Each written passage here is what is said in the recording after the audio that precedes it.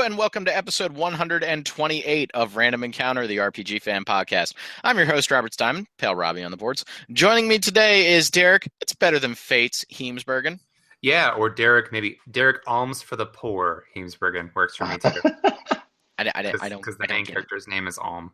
Oh, okay. So we're gonna talk about some Fire Emblem, and I have questions. So that's first up on the list. I'm ready. And then I, ladies and gentlemen, we are very pleased. He's back. A very special guest in the house. We have a very special guest. He's decided to join us again, probably just to pester me and make my life miserable and disagree with everything I have to say. Stephen Meyerink, everybody. Yes, formerly Tayless on the boards, now meme king and censorship lord of translating. I'm going to censor all of your games. He's the reason you don't get any anime boobs. That's right. No more anime boobs. Oh my God, no. Can we not start with this? The vagina bones have been taken away. Stephen, how you doing? I don't have that kind of power. I'm doing great. I wanted to talk about E3, and I was like, what better way than to enjoy it the way I have in the past with you guys? So I begged you to let me come on the show, and after humiliating me, you allowed it. So I wasn't too bad. This is going to be a fun E3. Like, it did not feel the same not having you there. Derek, I love you. You are my nap buddy, okay? But I missed my Steven, okay? Mm-hmm. So this year, Steven, you just kind of get to walk around with us at E3 and just do whatever the hell you want, which must be delightfully freeing. It's pretty great. I mean, not that I feel like we ever had a ton of work to do. I mean, we had work to do and coverage and stuff. But, you know, it's nice to, you know, going as somebody who's trying to like work in the industry, or is, I guess, it's a different kind of thing, because now it's like I have to make all these like coffee dates and like go talk to people who like do what I do or who do what I want to do. Yeah. But it's a lot, you know, it's a lot of fun. Like I'd say it feels less rigid, but it's not like we ever had to work, you know, painfully hard, except, you know, on the last night when we blew off all our work and had to do it at the last minute. Hey, the term labor of love applies very much here. We go to E3 because we care about the games that we're seeing. We care about the people in the industry. We care about each other at the site. So it's as much an opportunity to bond as it is to get work done. So that's why it doesn't really feel so much like work.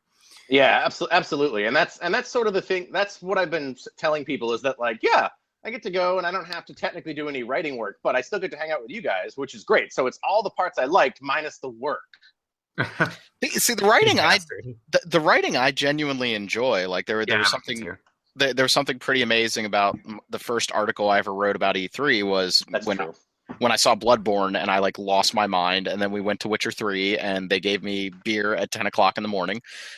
Sorry, you left out the part where you screamed in my ear when you saw Bloodborne, and I had a ringing noise in my head for like an hour. That is true. That happened. And now, Stephen, I am going to warn you, if you're going to coffee dates and stuff, just be careful of that Square Enix coffee, because Jesus Christ, last year, that was something else. Like, I thought I was having heart palpitations. I don't know what the hell they put into their coffee, but they was like pure cocaine or something. And I'm just looking at Derek like, I don't know what's going on.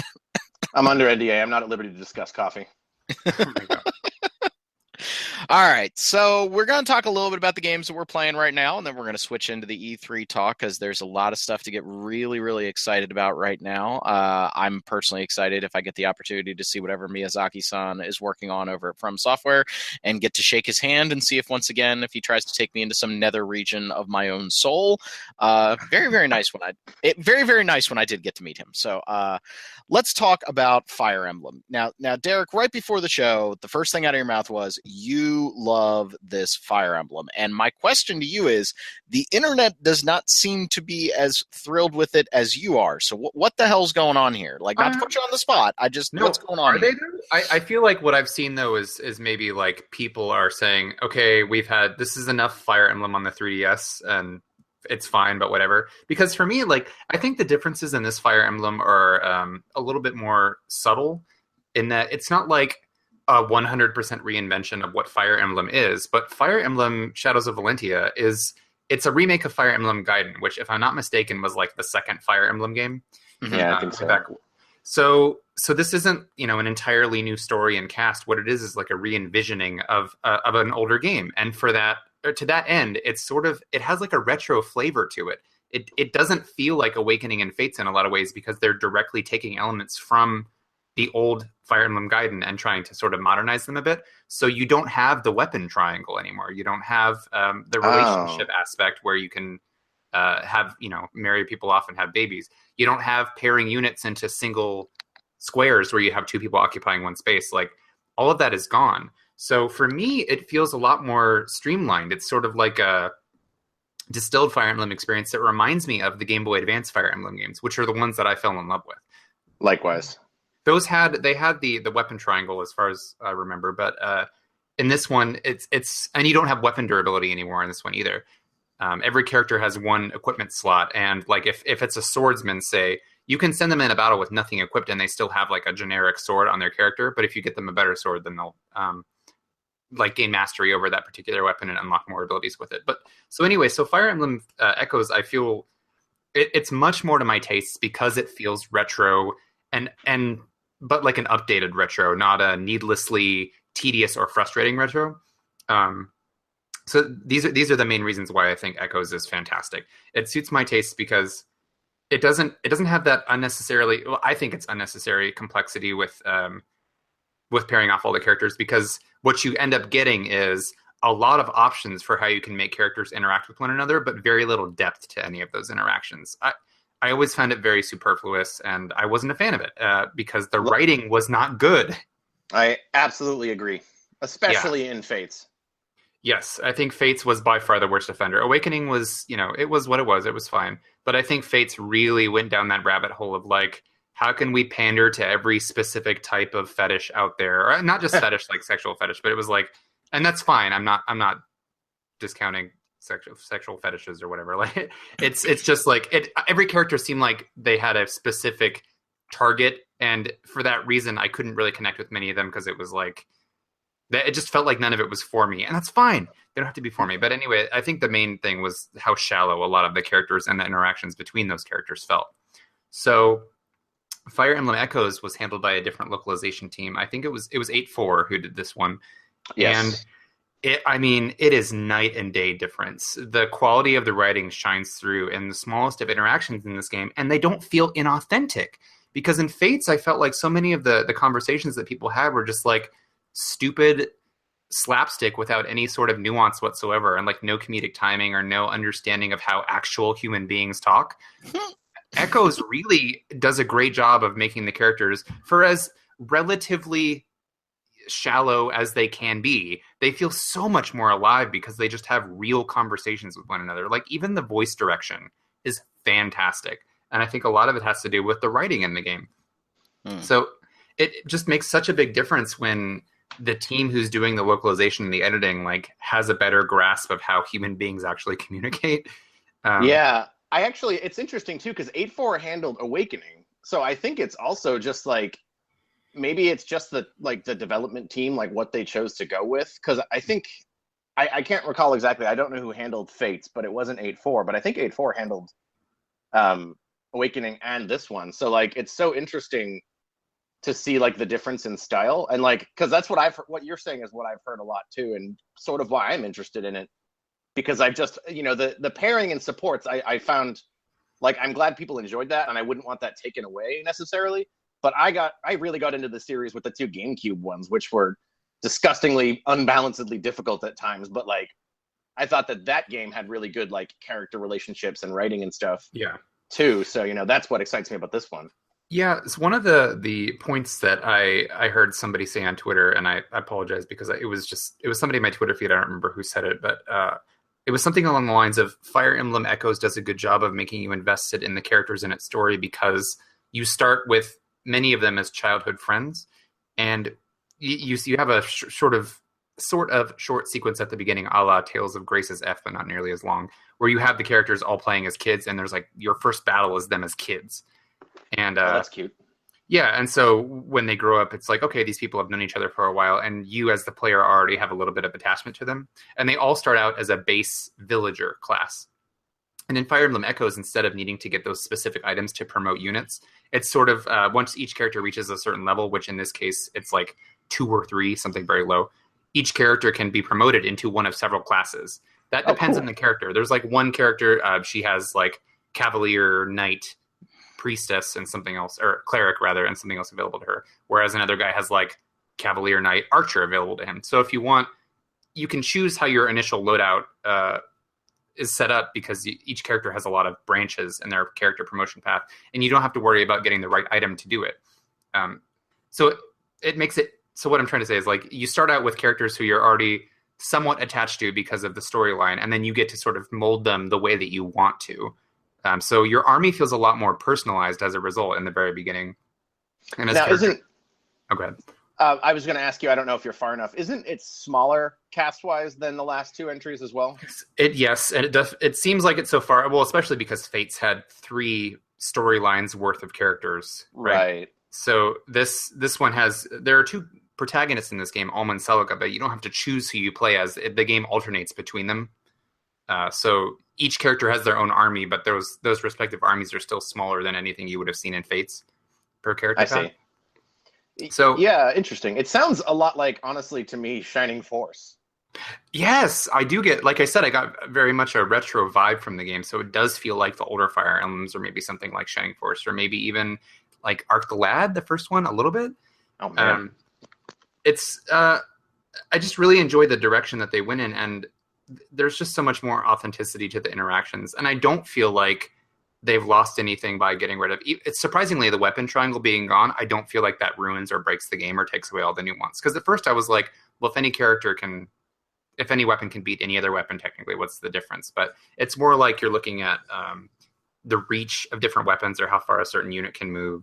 And then the different units do have things like if you give a swordsman character, say an iron sword, after using it for a while, they might get an ability that lets them hit a little bit harder, and the trade-off is like they have to spend 2 HP to do it, or something like that.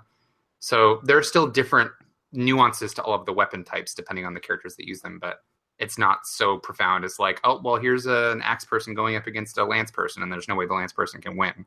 Because I always felt frustrated by that. Like, it just made me feel like, I guess there's a good balance to it, and I'm not discounting the system as a whole. I get that it's to a lot of people's taste, but it just wasn't to my taste as much. So this one works better for me. And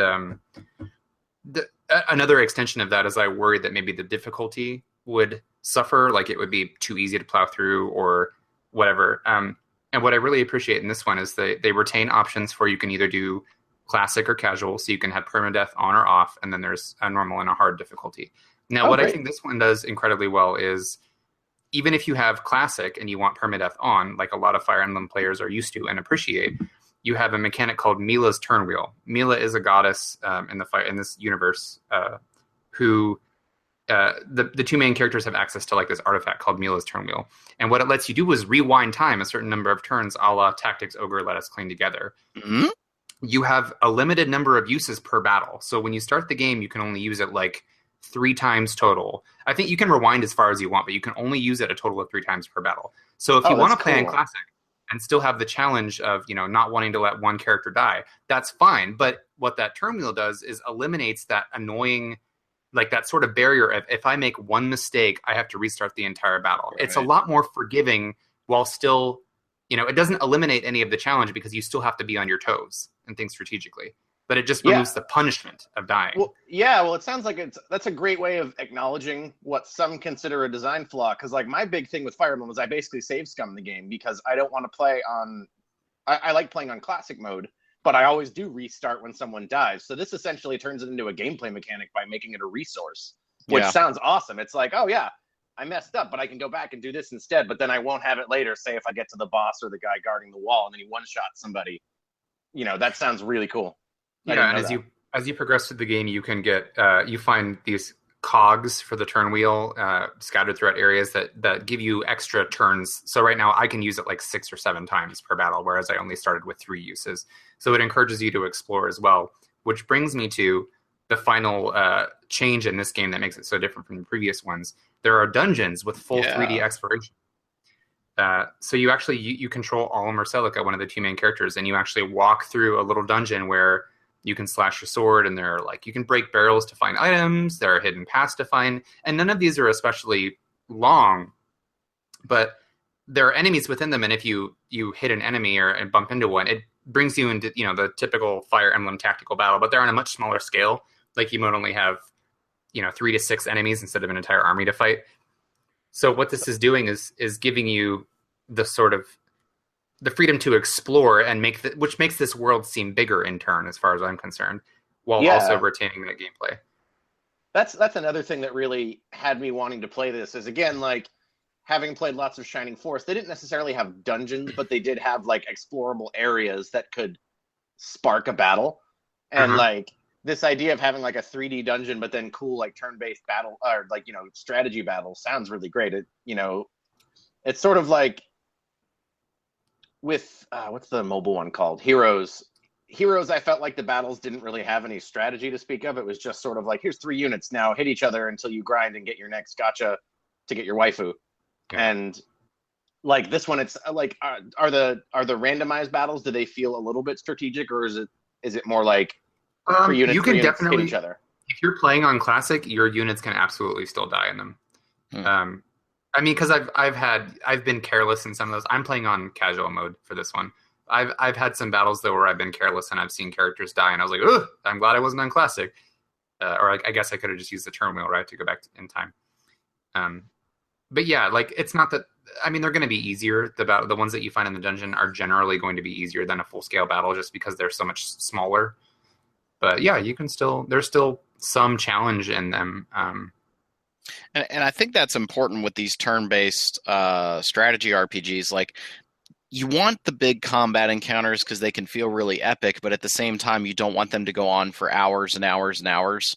And they make a mistake. Yeah, like I apologize because, Steven, I swear to God, I'm not doing this to you just because you're on the show, and I know the listeners are going to get mad at me, but like that goddamn tank in Valkyria Chronicles, like that, like that fight is so long and so in depth that every time it's gone wrong, that's made me stop playing the game. And so to kind of give you these smaller combat encounters, but still giving you the best part of Fire Emblem, which is, that really awesome strategic gameplay, but maybe not making it take so damn long is really good. And it's one of the reasons I got out of pen and paper RPGs a long time ago. I hated the fact that my buddies were always about, let's have these big epic combat encounters. We'd do maybe one of those every night, and then we would be done. Like, we'd spend 3 hours on one combat encounter against like 30 kobolds. And I'm like, why are we doing this? Like, you're going to play with us, man. Like, I want story, damn it. Like, I don't want to be attacking these things all day. So, yeah. And that's where I think Fire Emblem Echoes succeeds is on 2 fronts. 1, by creating smaller encounters where you can still enjoy the tactical gameplay, and 2, by giving you a safety net in the Miller's turn wheel for the larger encounters, so that one mistake doesn't cost you 2 damn hours of progress. I feel like the Tactics Ogre guys built that in to let us cling together, like you're saying, Derek, and I really thought that was going to revolutionize the genre and give us way more of those kinds of games, to make it just forgiving enough to invite new players in, and something you can completely ignore if you consider yourself, super hardcore and you want to have that old school experience. But then it just never went anywhere. And as I'm looking at my Switch every day, I'm just like, Final Fantasy Tactics on the Switch. Why? Like, please? Like, if you do that, I'm going to lose my job. Like, now, that's what's going to happen. Like, let's hope we can all lose our job together on an FF Tactics on Switch, Square Enix, please. Yeah, please. It's actually kind of funny that we're talking about this mechanic. I hope this isn't getting off topic too much, but I feel like I'm flashing back to like 7 years ago when I was first on this podcast and John was still on it. And John was like, yeah, I just don't have the time to waste 2 hours. And I was like, I love it when things take forever. If you die, that's your punishment. Now I'm like, oh God, screw that. No. I've been telling you that for years, and you don't listen to me. I'm like, I don't have. If I die once, I'm done for a month. Yeah, like I mean, I died once in Nier Automata, which is, and I was just like, this is ridiculous. I have to replay 5 minutes. Now you understand what it's like to be playing a Souls-like game for review and have something go wrong. You understand my rage now. I straight up just don't play Souls-like right now because I can't sit down for like enough time to get competent enough to not get murdered every time I walk into a room. Well, yeah, I think that there's still a place for those kinds of games, and people still enjoy being able to really surmount a difficult challenge that has a high level of punishment. But I mean, for me, I think for all 3 of us at this point, the kinds of games where you can still experience that challenge without that same level of punishment are ideal. Yeah. Right. Like, I love the challenge. I just don't like the time wasty element. Like, yeah, there's nothing worse than being spending hours and hours on one thing just to have it blow up in your face and be like, well, that's 3 hours of my life I'll never get back. Like it Well, just pisses me right, off. like like the best example, I guess it's past statute of limitations, but Persona 4, when you first fight the person you think is the killer and you catch them at the end of their dungeon, and it's like it plays a different battle theme, and it's like, especially in Maniac mode or whatever, it's like a 2-hour fight, and if you make a mistake at the end when he starts getting like 15 turns, it's like, well, all right, you're going to redo this 2-hour battle. I'm like, nah, no, I'm not. Yeah, that was the thing with the final boss of Persona 3, like watching people say, yeah, if he like makes one of your party members heal him, it'll be 6,000 heal, and then you have to basically start the whole fight over again. And I said, yeah, if that happened, I would not have finished that game. Like, nope, not going to do that. That's also the interesting thing, and again, I'm glad to have Steven back on the show because we get to talk about how amazing Resident Evil 7 is. The difference between like Alien Isolation's view of horror of like, oh, we're going to auto kill you every time you do something wrong, versus Resident Evil 7's like give and take, and like how good it feels to be pushed to the brink but not over the edge to a game over. That's where the sweet spot is, I think, in a lot of gaming. Be challenging enough to make me feel like I'm overcoming something, but not something that I'm smashing my face against over and over again. Yeah, my favorite part of Resident Evil 7 are the RPG elements. No, no, I'm with you though. I think, and I like to see that kind of balance in a lot of games. But like where Resident Evil 7, like when you're being chased, it always feels like you're just barely pulling it off. Like even if you have a ton of items, it's still like, you know, you don't know where they are, you don't know what the extent of their AI can do, you know. So it feels challenging, but also like if you die, it's not like, well, redo an hour.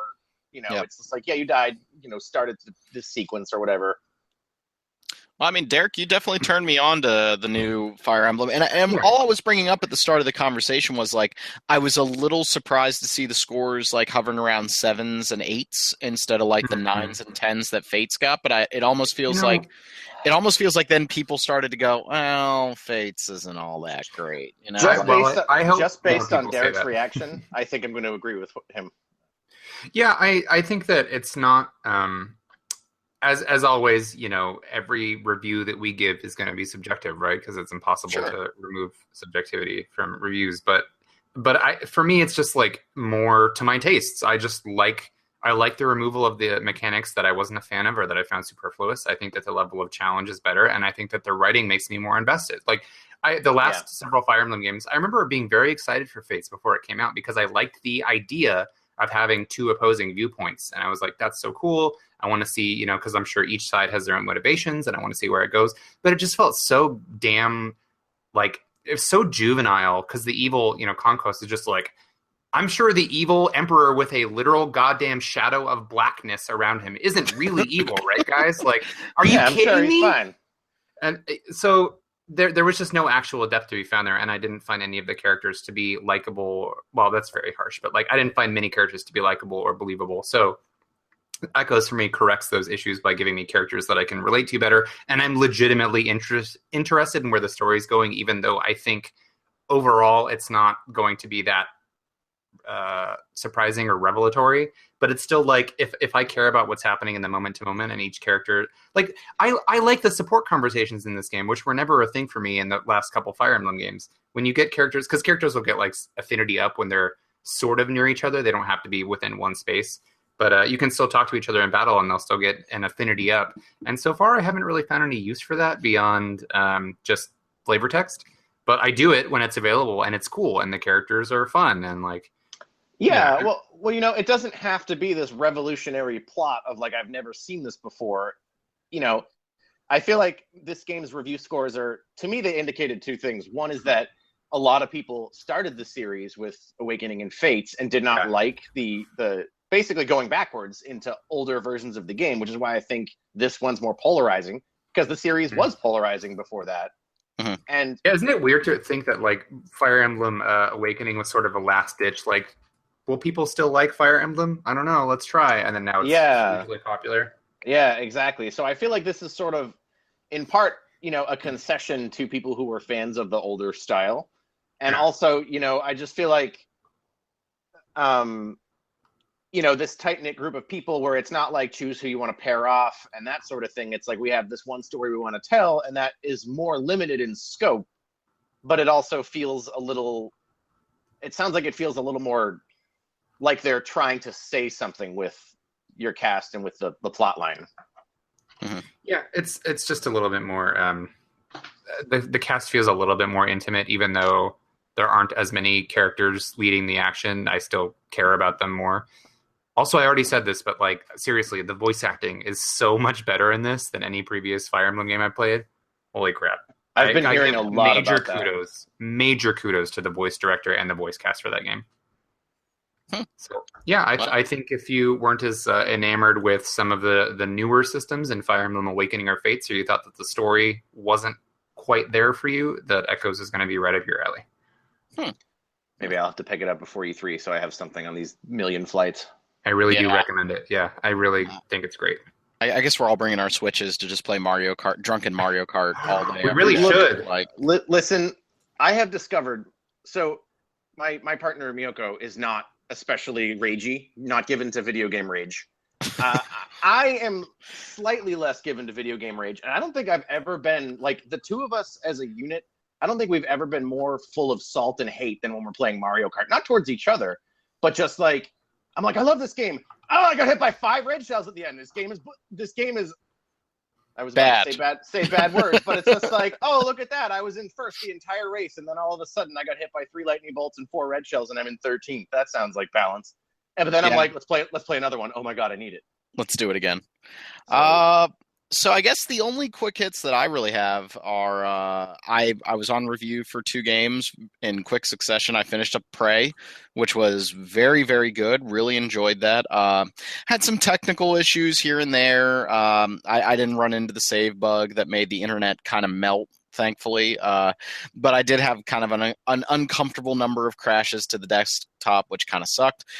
Really enjoyed that game. I totally understand why some people don't like the ending, and there's maybe 1 or 2 things that I would have changed, but that game does some subtle things with storytelling that I really, really like, and I think it's kind of that cool stuff that can only be done in a video game, like we talked about with VLR and 999. I really, really like that stuff. So it's definitely worth playing.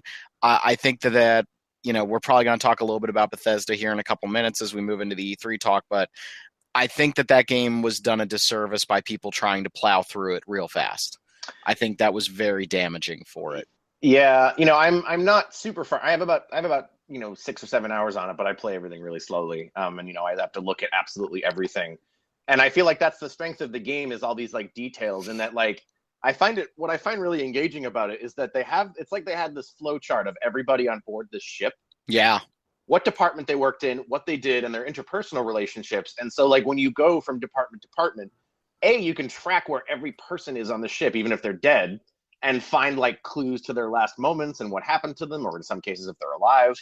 You can read emails, and like you put together this like really, really interesting web of all these stories that were happening there that I feel like if I were just trying to rush through this, which again, I think Bethesda's doing themselves a disservice. We talked about this before the show.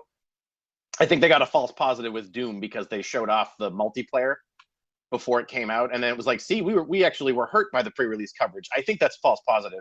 I think they're doing more damage not having ample pre-release coverage of games like Prey, where you really need to be able to sit down and not feel like you have a time limit, just like poke around, mess with the options, like press buttons, look through hallways. Like I really feel like it is, as a spiritual successor or whatever to System Shock, it is very important that you engage with the space station as a character itself. Mm-hmm. And when you are just rushing through trying to shoot all the enemies, which, it's not a like fast-paced hardcore shooter. You can level up your gun, but it's essentially just to make combat over faster.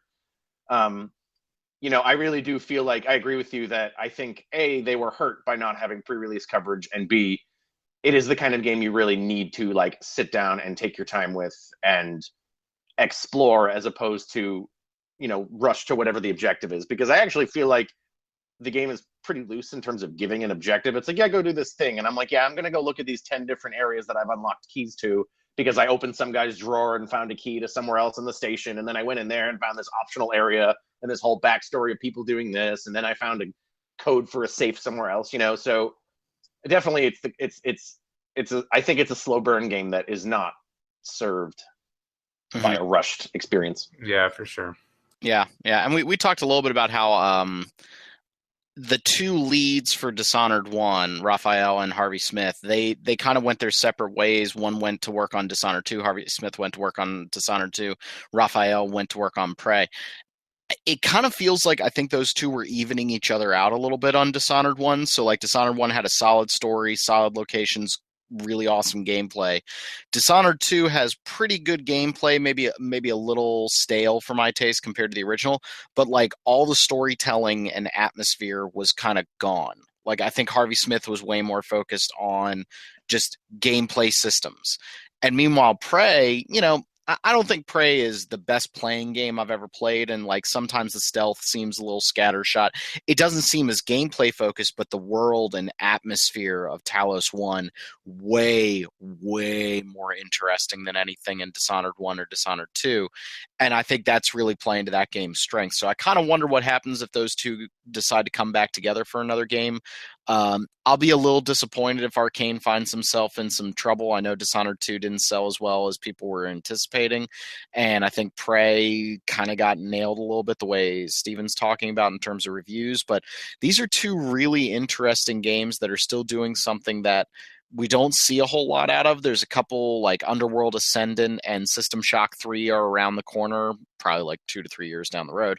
But like those immersive sim games are still around, but we saw with like Deus Ex Mankind Divided, I don't know if people really want those kinds of games right now. Like if you had asked me how Deus Ex Mankind Divided was going to do after Human Revolution, I would have assumed that game would have been a breakout hit, and Square Enix was pretty disappointed with the sales and not disappointed in the way they were about the original Tomb Raider a few years ago.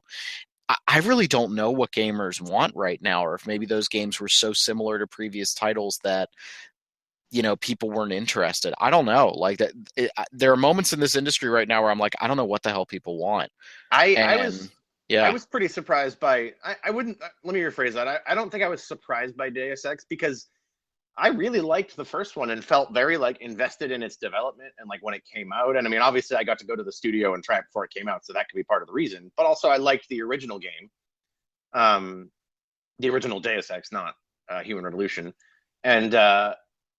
I every time I tried to play Mankind Divided, I was just sort of like over it. Like I just didn't care. And I was like, all right, I've played this. I have my upgrades. I'm going to get more upgrades. I'm going to move dumpsters to go into vents. And then I'm going to non-lethal people. I don't know. I felt the same way I did about Dishonored 2, where I just started it and I'm like, this is a technically better game than the prequel, but I'm just sort of not finding it as novel. And I think that might be it, is that it's just it's not like when they went from Deus Ex to Deus Ex Invisible War, where they tried to reinvent it, and many would argue broke it. It just felt like they were like, all right, we had something that worked, let's tighten it up. And I think that's interesting, but it wasn't novel, and I think that's why it didn't grab me as much. And I'm wondering if that is maybe an indication that you always hear, like, do you need to annualize your series? Not that Deus Ex was anywhere near annualized, but in some cases, you don't really need a sequel. I don't know if I feel that way. Maybe a different game would have excited me more. But yeah, every time I tried to start Mankind Divided, I was just like, eh. So you kind of agreed with me that Prey grabbed you a little bit more than Dishonored 2 did, even though in a lot of ways I think Dishonored 2 is maybe technically a better playing game in a lot of ways, but Prey is just more enticing. Well, to be fair, I think it's also that we have not had a real System Shock follow-up. I know people like the original BioShock, and I like it to an extent, but BioShock is a first-person shooter. Like, no matter what anyone argues, the original BioShock and BioShock Infinite are not RPGs. They are not the same kind of game as System Shock. They have atmospheric similarities and like tonal similarities in some ways, but it was always like, oh, this is an interesting fantasy sci-fi first-person shooter, whereas Prey is an RPG that is very much like System Shock. And so you had the benefit with Prey of being like, I haven't played a game like this in a while, whereas with Dishonored 2, I'm like, I loved the first one, but I played it 2 years ago, or however many years the first one came out. So I was like, all right, I kind of know what's coming, and I'm not as excited because I'm like, yeah, I'm going to teleport on top of stuff and mess with the AI and that sort of thing. Whereas with Prey, I think also they do a great job setting up a weird mystery at first, and putting a lot of pieces at play. Because that whole intro is weird and foreboding, but like, you think you figure it out, and then all this other weird stuff is happening. And like, I don't know how it pans out mystery wise, but I found that it grabbed me from the get go a little better, even though the gameplay doesn't really pick up, I feel like, until you start getting further into the station and understanding how it connects and like the interpersonal thing and stuff.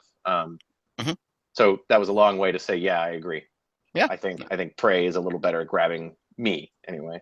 Yeah. So I moved on from Prey to The Surge, which I'll only talk about for a few minutes. The Surge is the next game from Deck 13, the guys who made Lords of the Fallen, which I really didn't like that game very much. Lords of the Fallen was basically their Dark Souls-like dark fantasy game that was just clunky as hell. Some people really liked it when it came out, and now you start seeing the internet kind of turning their back on it a little bit and saying, well, it was kind of a new game for the PlayStation 4, the Xbox One. It looked pretty, but it wasn't really all that fun.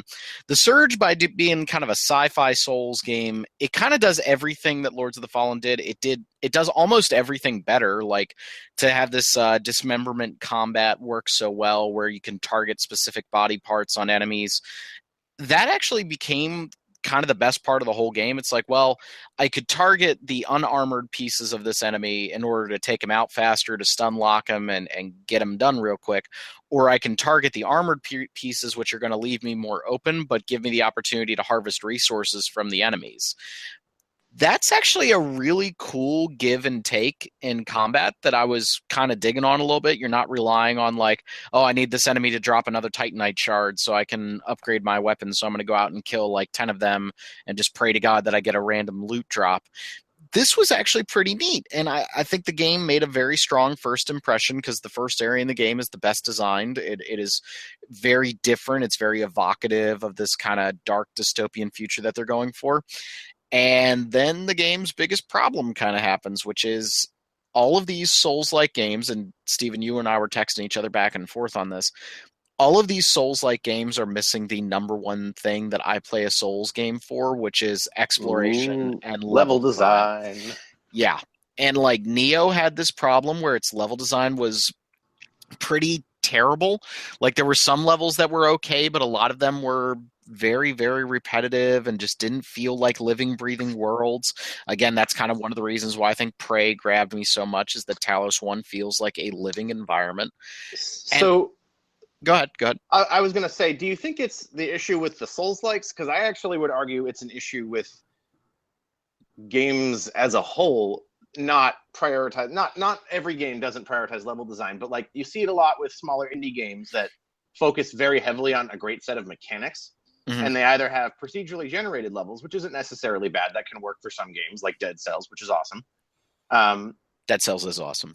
Or they don't prioritize building a level that's compelling to walk through. So even though you have this cool set of mechanics, you don't have a playground that's taking advantage of it. And I feel like that's a big issue with a lot of like Metroidvania games, where they don't quite get the way that these areas should connect. Or like you have the Souls follow-ups that are like, what's so compelling about Dark Souls? It's not just like, oh, I fought a really hard boss and got a cool sword. It's like, no, I went down a weird hallway and fought some weird, unique enemy, and then I found a doorway that led me somewhere, that gets me somewhere else 20 minutes faster. Yeah, and speaking as somebody who doesn't have much fondness for the series in general, I think atmosphere is the thing that it nails the most. Yeah. I mean, of course, challenge, but like, what made me even want to try those games in the first place was I thought, oh my God, these seem really interesting from an environmental design or atmosphere's perspective. So that was the same thing that grabbed me. Like before Demon Souls came out, like I was watching those YouTube videos because that was like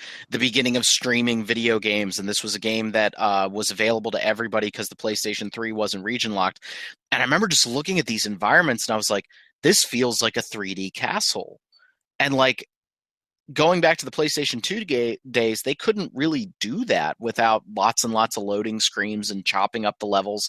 That was the biggest revelation for me when it came to Demon Souls, and then later with Dark Souls, when, like Steven said, you go down a weird path and you end up in an entirely new area, a new level, you're fighting new things. The Surge just it's so flat lines in this regard. And like part of it's the art design. Like they went for this industrial look, trying to be evocative of like the original Alien movie in a lot of ways. But like nothing there's no key landmarks that make you feel good. The shortcuts don't make any sense. Like, why does this lead me back here? Like, this feels bizarre. They put lifts as kind of their ladder stand-in, and they just seem to circle and double back on each other. You're constantly going through these very poorly lit hallway environments that they just use as connective tissue. They might as well be like the CD loading screens from Castlevania Symphony of the Night. It just feels really, really bad. And I'm actually happy I just brought up Castlevania, because not only because we're going to talk about that Netflix trailer here in about 30 seconds, but also because, like, I think some of the Castlevania games got that wrong a little bit. Like, I was playing, let me open up the drawer real quick. Portrait of Ruin. I brought that up on like a podcast or two ago. And I don't think Portrait of Ruin's level design was nearly as good as Dawn of Sorrow. And so I did start to get a little bored with it. You know, it's not enough to have these Metroidvania-style environments with interconnectedness. Sorry, for some reason, you said Portrait of Ruin, and I thought you said Order of Ecclesia, and I was going to disagree, but no, Order of Ecclesia is amazing. We had Fenner on here, and he disagreed with us, but we kicked him off the show. He's not allowed back on anymore. We will not have anyone speaking ill about Order of Ecclesia. But, like, I think it's not enough to have this interconnected world. You have to fill it with interesting things to do and some meaning. The Surge even goes a step forward because every level is discrete. And so there's no fast travel system between these. Each level is just kind of its own little mini Metroidvania that doesn't make any sense. And so, like, there were times where I would not have gotten through this game without a YouTube video. I had to come downstairs to my office, open up the laptop, and play the YouTube video of, like, where the hell am I going? Okay, all right, so I need to go down this doorway. All right, go down that door. All right, and then this guy went around this corner and up these stairs. Okay, I'm going to go up these stairs. Oh, there's the boss. Okay. So, like, the Surge nails the combat. I think it's got this real weighty combat that's a lot of fun and strategic and feels pretty good. It's clunky, but, you know, Derek, don't play it. You will get very upset with it very fast. Okay. But it feels interesting. Like, I kind of like the idea of clunkier combat. But it's just the level design isn't all that great. The game's balance is all over the place. Like, there's a whole middle section of this game where every enemy was one or two shotting me, despite all the upgrades I had, and then it just became easier all of a sudden. So I don't know if that was a patch or whatever. And then there's the bosses, which are all universally terrible. And for the love of God, guys, like, it makes me look back on Dark Souls 3, which I was very hard on, as like, no, Dark Souls 3 is a much better game than this in every possible way. Maybe it's not as, like, amazing because we've played so many of these games in such rapid succession, but, like, I will take the worst boss in Dark Souls 3 over any of the 5 terrible bosses in the Surge. Everyone's a gimmick. You have to do a certain thing to actually damage them. At one point, it switches to this weird, like, almost Resident Evil style camera for one of the bosses when this was a third-person action game the whole way through. And you're like, what the It's better. I would recommend it if it was $20 or $30 as like a Steam sale game. You'll probably get some enjoyment out of it. I actually said to Steven, this is another one of those games like Alien Isolation that if this came out at $30, I think my score would have actually been higher. I was like, yeah, you could spend $30 on this and have some fun. As a full price game, though, that's a hard bargain to make when you have Dark Souls 3, Bloodborne, and maybe another From Software game around the corner. So, we're going to talk about that in a second. Maybe it's a sci-fi Souls-like, but with Armored Core universe. You know what? I forget who was talking about it. It was on some podcast I was listening to, and I really apologize for not getting this right. Somebody was talking about, what about Armored Core, where like you're in the giant mech, but then you have to go into like a subway or something, and you get out of the mech, and it becomes Souls combat. So Blaster Master? Yes. Yes. And that was actually the point somebody made on that podcast. I need to play that new Blaster Master. It's really good. I'm so sorry I can't remember who said this. I apologize, but like, doesn't that sound awesome? Yeah. Yeah. What if they just called it Armored Cores? Aliens? Yeah. Armored Souls. I like that idea. But yeah, I think the Souls-like games need to do a better job of being evocative of the feeling of loneliness, the feeling of isolation, the feeling of discovery. I mean, I am a whore for discovery in video games. It's why I went into like 50,000 caves in Skyrim and Oblivion, even though I knew that I'd get to the end of the cave and I'd pick up like 10 gold coins and an iron helmet. Like, I really love that enticing, like, let me find something. And I think both Neo and the Surge kind of missed that a little bit. Like, everybody remembers when they found like the Iato in Dark Souls, where like you found the first katana in the game and you were like, oh, What? hell yeah. Like, there's nothing like that in any of these games, and I think that's a mistake. I think that's where they're kind of missing it a little bit. Yeah. That's fair. Yeah. It's worth it. I'd say give it a try, and people will like it. It does some things pretty cool, and I'd like to see what Deck 13 does next. And I said that after Lords of the Fallen, where I was like, yeah, there's some things that I like here. It's a definite improvement, and I like to see improvement. A for effort. A for effort. Ish. Yeah. So, what else are you hoping to see at E3? How about, do each of you guys have like a number one announcement that you're hoping for? Yep. I do. Okay. Yep. All right. Okay, Steven, go. Okay, I'm sure I could think of something else. I'm not going to get Kingdom Hearts, so let's not even bother. No, you're not. Actually, no. You know what? They might show a trailer. Maybe. I actually Nope. think that game could be within a year or two. I think FF7 remake. I think it's the FF7 remake that when they said that within the next 3 years, I think they were hedging their bets on the FF7 remake being further out. That I think is like way out there. I think Kingdom Hearts could be like early 2019, maybe 2018, maybe. But we'll see. I think Anyway, you're insane. 2019. My number one thing I want, and this is going to sound ridiculous, I want in the Nintendo Direct them to announce Smash 4 for Switch coming out this year with all the DLC and all the 3DS stuff, and then me to have it. I know I think that is that's a gonna humble happen. thing. I think it's going to happen. I really hope it is this year. I feel like it could, and I have reasoning. Is that they have these new tentpole releases of like brand new stuff. Like they have ARMS coming. They had Zelda. Then like a monthish later, they had Mario Kart. Then like a month or two-ish later, they're gonna have whatever's coming next. I forgot. ARMS, They right? have ARMS, yeah, and then Splatoon. And then they have Mario. So there was about 4 months, or what, 4 months between the announcement of Mario Kart 8 Deluxe and release. So Yeah. if they're trying to bolster their lineup, which it seems like they are, between the major new releases, I would not be surprised to see like maybe in like November or like a month before Mario Odyssey, we get a Smash 4 port.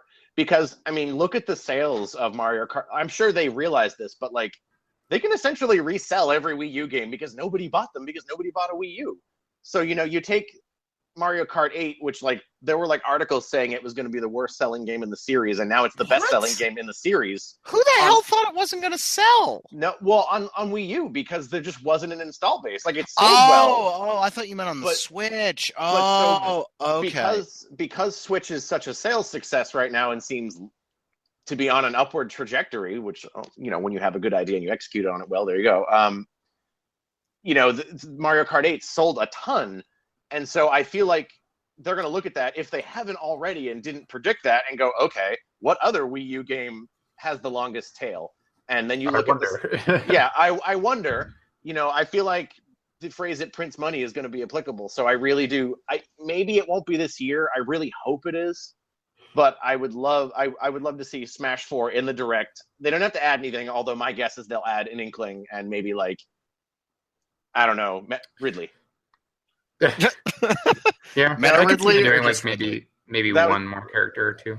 Yeah, I could see them adding maybe 2, maybe 3 because they've been releasing them in blocks of 3. My guess is we'll get an Inkling, maybe another new character, and a veteran. Yeah, and maybe like a Breath of the Wild costume for Link, and like some other tie-in type stuff. Right, and that would be really cool. Like Shulk. Breath of Yeah. the Wild's going to be a fun game. Not to sidetrack, but Breath of the Wild's going to be a really fun game to talk about at the end of the year. Because I have a sneaking suspicion that people are going to sour on it a little bit, not a lot. I don't. I think it's pretty revolutionary. I adore that game. I like it more the more time passes. Okay, I actually dislike it more the more time passes, but I still like it a lot. Like I got really fed up with that game. I can definitely appreciate some of the criticisms people have of it. Sometimes I miss the longer dungeons, but I loved I mean, most of my time in that game was just combing each region, finding shrines and doing them, finding new gear. Like, just so much about that. I have not cared about an open world basically that much ever. And I was just so into just walking around and talking to people. I could gush about that game forever, especially considering I was not a big 3D Zelda fan. And just like every single time I turn my Switch on, I look at that game and I sigh that I'm like, oh, I did all the shrines. Well, we'll see. We'll see. I think that's going to be a very interesting game come the end of the year, because 2017 has been absolutely insane with releases. This year's been nuts. So for me, I'm going to cheat, and I'm going to talk about a game that I know is going to be there, and then a game that I hope is going to be there. So I am actually, don't roll your eyes, I am really excited to see this new God of War. I am really, really excited to see this. Like, they're putting up the mural right now that we're going to pass every day on the way from the hotel, and it's for the new God of War. I have never been so like, oh my God, they're going to make another God of War, as I was last year. And then we saw it and I went, oh, this is incredibly different.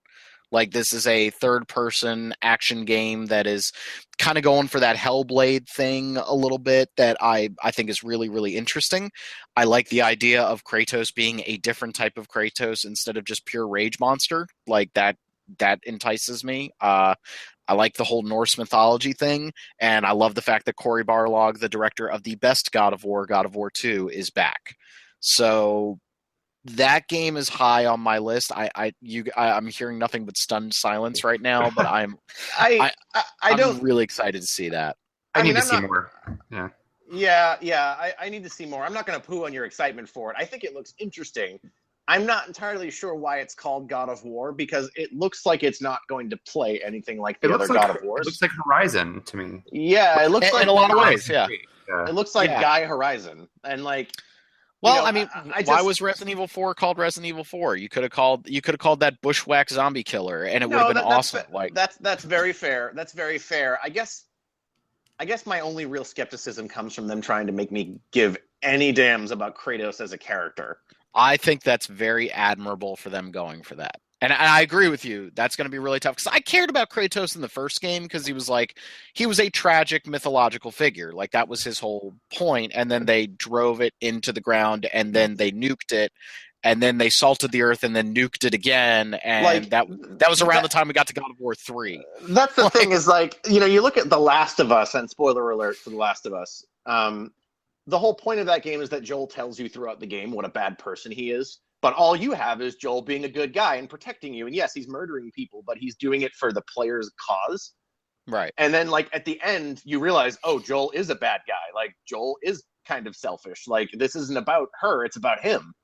And, so, you have all these references to a bad past, but now we have the benefit of knowing, Kratos murdered every god for some really stupid reason and, destroyed the world just because he was pissed off. And now I'm like, oh, he's going to go to this boy and be like, yeah, fighting is bad. Anyway, let's go shoot bow and arrow and robot dinosaurs. I'm okay with robot dinosaurs versus Kratos. I want to see where they go with this. I really do. And maybe even if it doesn't nail the story, the high story watermark of the God of War franchise, it could at least play very interesting. So that's the first game. The second game that I think we're going to see, it. I don't know how much of it we're going to see, is whatever the hell From Software is working on right now. And we got a little bit of a leak last week from a Reddit user saying that they're calling this game Phantom Whale. I don't know if that sounds true. It sounds way too much like Absolver, a third-person melee combat-focused game. But whatever the case is, I think we're going to see something from Software, and I want it to be new and fresh. If it's Bloodborne 2, I'm still going to scream in Steven's ear and lose my mind, but I will be a little disappointed. I just want to see whatever Miyazaki-san's working on right now. That studio is so exciting to me, and even when they're turning something out that it could be considered an annualization of their franchise, Dark Souls 3 is a fantastic game. That game is still a lot of fun. If that's the worst that they can do, let's see where they go next. And then I need to play 3. Yes, you do. And I think you will.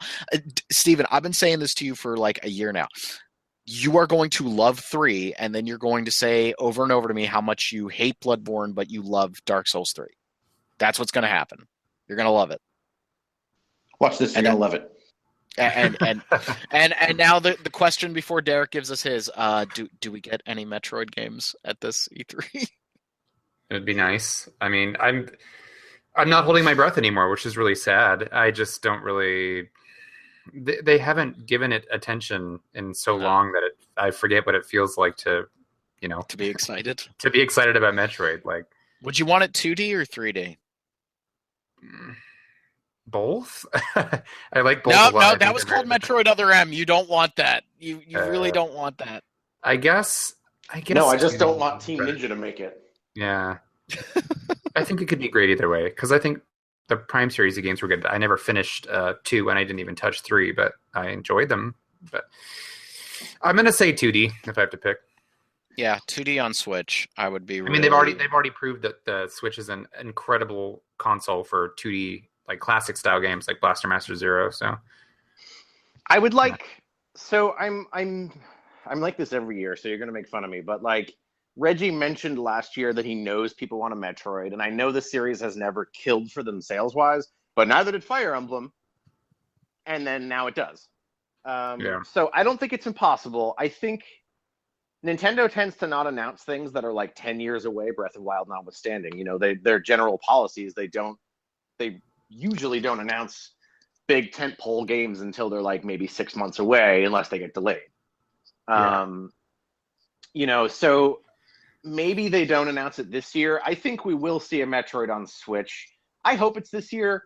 And I think they know that there would be a lot of like people that are very excited for like a new like Retro Studios Metroid game. I don't know if I'd want it 2D or 3D. What I might find cool, and I don't know of any other game that does this, is a Metroid that plays differently depending if you're in docked mode or if you're in portable mode. Like for example, you're on TV and you're in first person mode, and then you pick up the dock and you're in side scroller, or vice versa. You pick up the Switch itself and you have this like first person mode, and then on the TV it's like a 3D 2.5D perspective or something. I love you, dude, but that sounds like Star Fox Wii U, and I'm just like, no. Well, Star Fox Wii U is just Star Fox with terrible controls put into it. So like, if you just kept the control scheme or something. What I don't want is another Metroid Prime, because I think they have said all they can say with that style of game. Yeah, and I think that was really clear with. I actually liked Corruption more than Echoes, even though I think Corruption is a sloppy game. I don't think they've touched the first Metroid Prime in terms of like level design and like consistency to the Metroid like formula of like not inundating you with plot and guiding you from point to point. So I don't really know what I would want to see out of it, other than that I really like 2D Metroid games. Yeah, I think Metroid Prime was my favorite out of that whole series, out of that whole Prime set.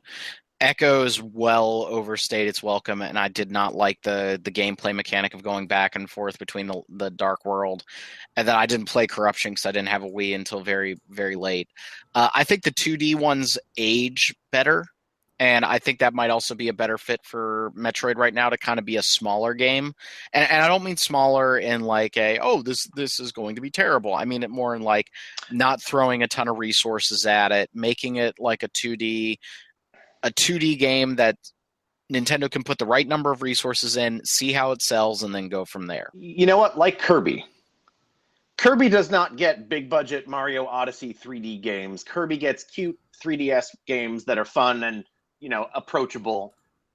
Make it like a Kirby game. Like make it like a mid-range 2D game. If you want. You don't necessarily have to do a 3D game or maybe a 2.5D or something, but there's a way to make that series work, and I don't think they'll give up on it because they know people want it. And there would be a lot, like Switch is already riding on positive feedback, saying, yeah, we've got a Mario coming, we've got an amazing Zelda, we've got Smash, Mario Kart, all this other stuff, and we have a Metroid coming. I feel like that would basically just continue pushing this narrative of the Switch as being, it's flawed in some ways. Obviously, it needs more features and stuff, and there are things to be ironed out, but the fundamental mechanic of it is good, and people like it. That's the thing. Like, it's not Wii U where people are like, huh? Like, Switch is very immediate. It's like, this is awesome. It's on my TV. Now it's in my hands. Now it's on my TV, and it's easy to play multiplayer, So I feel like a Metroid would be a nice cherry on top. I want to see it. I think maybe it's possible, but I don't know. Derek, what do you want to see at E3? So this is probably a little silly almost to hope for, considering that these are older games, but predictably, I would be very, very enthusiastic about an English localization of the Seiken Densetsu collection on Switch. Yeah. Yeah, I want that too. Because I've actually never really played through Seiken Densetsu 3. I know that there are ways to do that, but I haven't. And it's always sort of been a gap in my gaming library. I keep saying library, gaming history. The Mana series is incredibly important to me, at least, Seiken Densetsu 2 Secret of Mana was one of those formative games for me, and I have an enormous mana tree tattoo with pink flamingos flying around it on my arm. The art for Mana and the world sort of and the concept even has always been so deeply resonant with me. So I want a way to play all of those on a modern system, and I think Final Fantasy Adventure is great. I think it's a fun game. It's dated, but I haven't played. It's interesting because I only played Seiken Densetsu 3 when the way to play it in English came out back in the early 2000s, and I played it with a friend, and it was, we had a great time. It was like, oh my gosh, this is a co-op action RPG with tons of characters and like an in-depth story. So like, I've never played the first two, and I would love the opportunity to play those as well. And I think the third one is just so interesting because it's like, you have this 15-hour JRPG that you can play, there's like something like 4 or 5 main real paths. Yeah, there's so many ways. Permutations, and like the character design is awesome. And like, I think that's the kind of stuff I love seeing on Switch. Mm-hmm. And yeah, I just want the opportunity to finally play through that. And that package to me, even like the box art for the Seiken Densetsu collection teases the cockles of my heart. It's so pretty. I want it so bad. Yeah, and so I'm kind of holding out. If we don't hear anything at E3, I'll probably just import the Japanese version, which is, I can muddle through it at least. It's just less than ideal. So I really do hope that we get those, because I think that the Switch has the potential to be a great place for those types of experiences. And I think that also that could be a good way for Nintendo to gauge interest in sort of retro compilations and continue releasing them as such. I know a lot of people don't want to have to keep rebuying the same games on new systems, but Seiken Densetsu 3 has never come out here officially. And from my perspective, if other companies can license and buy fan translations for their official releases of games, why can't Nintendo do that with Seiken Densetsu 3 or Mother 3? Because it just makes sense to me. If the work is already done and out there, why not take advantage of it? Because people just want to play the game. And then also my other like very small want would be, I would love to see a Switch Animal Crossing, and with new I'd be down with that communication features and stuff. I love Animal Crossing. It's so fun and relaxing. I've always wanted to play one of those, and just a relaxing style game. And I know Stardew Valley's coming out on the Switch in the summer. That game is so good. I was going to pick that up and give that the old college try. I just, that the Switch is such an amazing device right now, and it is starved for games. And we all knew that was going to happen. It happens with every game system when it first comes out. Like, I don't know that I agree with that. All that right. It's starved for games? I think it could use more, but I think for a console in its 6 months? No, it's third month? It's pretty early. Yeah, and I was in the middle of saying that like every console kind of has that right now. The problem is that it's going up against the PlayStation 4, Xbox One, that are like hitting their stride and releasing a stupid number of video games. Like, I don't know. I feel like the Switch has had a lot of games. Like, obviously not as many as PS4 has had, but like you said, it's. I guess I don't know. I feel like there's a lot of big Nintendo releases coming, and then you've had like, there was Zelda, there was Puyo Puyo Tetris, there's Mario Kart, there's Wonder Boy. Like, that's the 4 that I think I can think of off the top of my head. But like, and then there's a bunch of indie games like Blaster Master. There's like all the SNK Neo Geo stuff. So I don't like Binding of Isaac, or let me rephrase that, I haven't played it. But like, I feel like the Switch has had a fair number of games. I guess maybe I'm misunderstanding your point. Yeah, I just think it can't compete with the incredible deluge of high quality titles appearing on other platforms right now. Like, yes, the stuff on Nintendo Switch is good, and proportionately for the amount of time it's been out, they've got some good stuff on it. It just, it's Yeah, not okay, up to that's fair. speed yet. That's probably, I don't know if that's what you're going for, Rob, but Yeah, I'm that makes looking. sense. I'm looking for reasons to play that thing because as a video game console, it's probably my favorite gaming device right now. Like I love how easy it is to play it on the big screen. It's way more responsive than the PlayStation 4. We talked about that. Like just firing the thing up in TV mode, It's so fast. It's it is way very faster fast. to get started. I love taking it off the dock and being able to walk around the house. You know, when I was playing Zelda, you better believe I was doing some dungeoning while I was on the toilet. Like you can just do that. I love this system so much. I'm looking for more reasons to play it. And Steven, I think you articulated the point very well. I just want more reasons to play this thing right now. Like I was talking about a game that I really want to play on PC, Shadow Tactics, Blade of the Shogun, a overhead stealth game. If that was on the Switch, I would be playing my Switch 24/7 right now. Like I would much rather play that on a handheld device right now than on my PC. And so if Nintendo can bring the pain at E3 and that entire insane Zelda booth that they had last year is just indie games out the wazoo and Mario Odyssey and Xenoblade 2, holy crap. Do we Nintendo's think gotta that's help. coming out this year? I cannot believe it. I can't bring myself to believe it either. They've repeatedly confirmed that it is on track for this year, but I don't see it.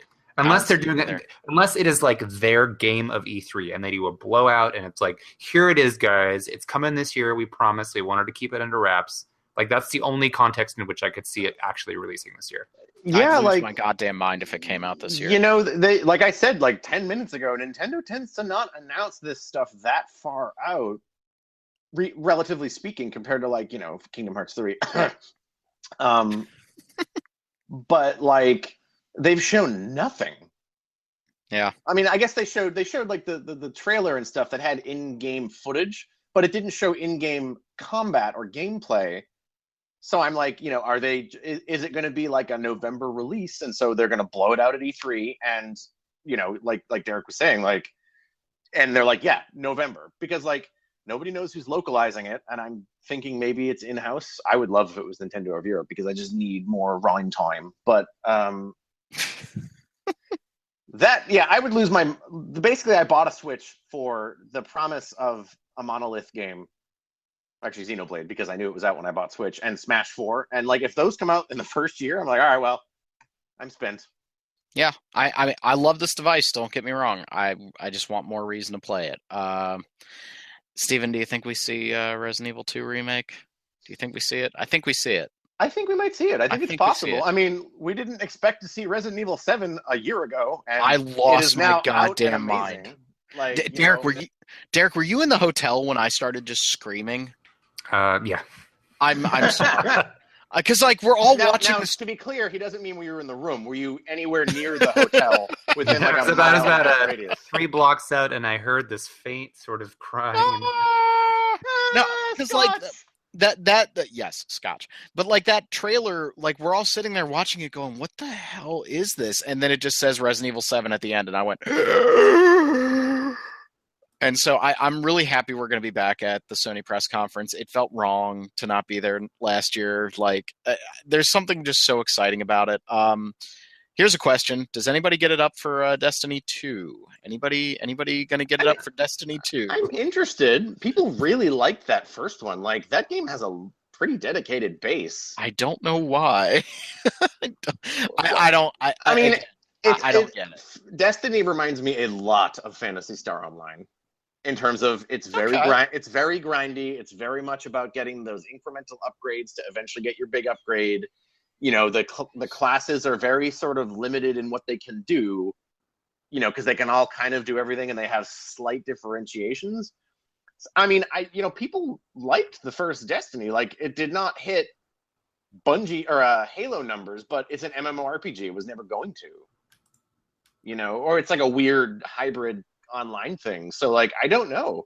I mean, I'm not personally super excited, but if it's coming to PC via Blizzard, and I own everything else on the stupid Blizzard launcher, so maybe I'll just do it so I can install everything. I don't know. How surreal is that they've just decided to use the Blizzard launcher for Destiny? I mean, it makes total sense because they don't get the 30% cut that Steam takes from every game that they sell, which I mean, do we all do realize that Steam is going to become like the evil corporation that takes us all over at some point with the amount of money that they're making? Like but like I guess when I played Destiny, I played it so late, like around the time the Taken King was coming out, and they remember they put it on your PlayStation 4 regardless of telling you whether or not you wanted it. Like it just showed up on your PlayStation 4, the demo, and I fired it up, and my first reaction was, "This is what everybody's so excited over." Like, but then again, I didn't like Borderlands to begin with. Like, I don't like loot shooters. I like my Diablo games where I'm like throwing spiders or summoning the dead with the new Necromancer expansion out soon for Diablo 3. Oh, it's so good. It is really good. But like I didn't gravitate toward Destiny. I think your analogy to Phantasy Star Online makes total sense. I think it's less like Diablo and more like PSO, because Diablo, the loot treadmill is much faster. Yeah. Like PSO and Destiny our PSO is not a fast loot treadmill. I love PSO, but like, that's the definition of, grind the same 4 levels over and over again to get a sword that does 20 more damage. Yeah, I can't. Also, it seems like the internet doesn't know what to feel about this game either. A lot of people were expecting a huge revolutionary change, and it feels like it's more of an incremental thing that they're going to build on. And also, how surreal was it to see Luke Smith as the game director on that game? I can't remember if I brought that up on the last podcast, but like to go back to like listening to One Up Yours and him talking about World of Warcraft and Halo, and now he's the game director on Destiny 2. That's nuts. I in a good way. I don't mean that any negativity there. That's amazing to think about being back in grad school almost 10 years ago and experiencing that. Like, whew. But I think I'm gonna go. I'm sure there's gonna be a huge ass booth for Destiny 2, and I'm just gonna walk right by it. I'm not interested either, but I mean, I'm sure we'll get some kind of I'm sure there'll be like a sizzle reel during the PlayStation conference, which we are going to. So maybe that will convince me to go check it out. So. Yeah, I'm not really hyped for it. I'm not gonna like write it off entirely, but like, I want to give stuff a chance. I just don't. Yeah, it's not. I think my list. It's not going to excite me the way, Cloud walking on screen in a trailer for a game that's not coming out ever is going to. It's still did its job. I wish. No, I'm dead serious. I wish I were lying. If they show me more CGI footage of FF7 remake, I'll be more excited for that than most things at the show. I'm 100% willing to acknowledge that they have me. I'm a captive audience. Yeah. I just want to see Cloud and cross dressing, and that's it. That's all I want to see. I want to play Sonic Mania. Sonic Mania, the latest trailer they released looks amazing. Where's the mute button? Actually, I'm with Steven on this one. I haven't given two craps about a Sonic game in so long, and I think Mania looks fantastic. Sega's in a really weird, I mean weird in a good way, like in a really weird spot right now, like quickly releasing Bayonetta and Vanquish and actually like looking at their back catalog of games, working with Atlas to get Yakuza out in America. Like it seems like Sega's turning a corner in a good way, and I'm like, okay, I'm keeping an eye on you, Sega. Like, keep doing what you're doing. Like, keep doing that. I think they're going in a good way, much the same way Square Enix was going. I know Steven and I disagree a little bit on the views of Square Enix right now and some of the weird things that it's doing. I was not aware that CyberConnect 2 was working on the Resident Evil 7, the Final Fantasy 7 remake. Now they're bringing it in-house. That could be viewed as a lot of resources were spent in a bad way. Well, yeah, I think you're absolutely right. For me, I was actually surprised by the hysteria around that, because like a couple days before, they even said, they were like, yeah, we want to bring all of our main franchises in-house again. And we want to outsource like stuff like Nier, or like, I mean, they might not do it next time, but maybe they will, because Nier was actually good this time, at least gameplay wise. Not to poo on the old Nier, I know people love that. But like, I feel like, they may have gotten through a chunk of the game. It's not necessarily that they're dumping it. It's just that by bringing it in-house, they do have more direct control over it. And, if you're going to talk about franchises that they would want to develop in-house because they're like tentpole things, the Final Fantasy VII remake does strike me as that. I guess I'm just less worried, because I expected that game to be really far away. And I also like, again, this is more like me giving them the large benefit of the doubt, but it could also be that they're trying to get the development of like, because if they're doing like a trilogy or an episodic thing or whatever, it could be that they're trying to get the games mostly solidified to release them in a short amount of time, and that's why there's more of this upfront wait. The James Cameron 19 Avatar sequels method, if you will. Admittedly, bad example because Avatar, but like, I don't know. Like, I guess I'm not as pessimistic because I didn't think that game was anywhere near coming anyway. Like, I actually think, and I know you disagree with me here, and the internet certainly likes to blow it out of proportion because, you know, Square Enix and delays is one of the internet's favorite recurring things to go back to. You know, I feel like Kingdom Hearts 3 is like late 2018, 2019. Like, I feel like when they say you'll see these titles within 3 years, I think they're saying, yeah, at the tail end of 3 years is FF7, and somewhere earlier in that is Kingdom Hearts 3, because like they're making that game, like they've showed gameplay for years. You know, so I am not going to kid myself that they're going to show much from it. You know, my guess is that the Big Cage 3 blowout is next year and it comes out late next year, but you know. Well, and I think where some of my apprehension with Square Enix is coming from, and again, I want to be careful here. Square Enix has done a very, very good job the past few years. It felt like they really righted the ship after they had some questionable press conferences where they re-announced games that had been announced the night previously. And then they started saying, oh, yeah, Tomb Raider was a giant sales disaster because it didn't sell 6 million copies.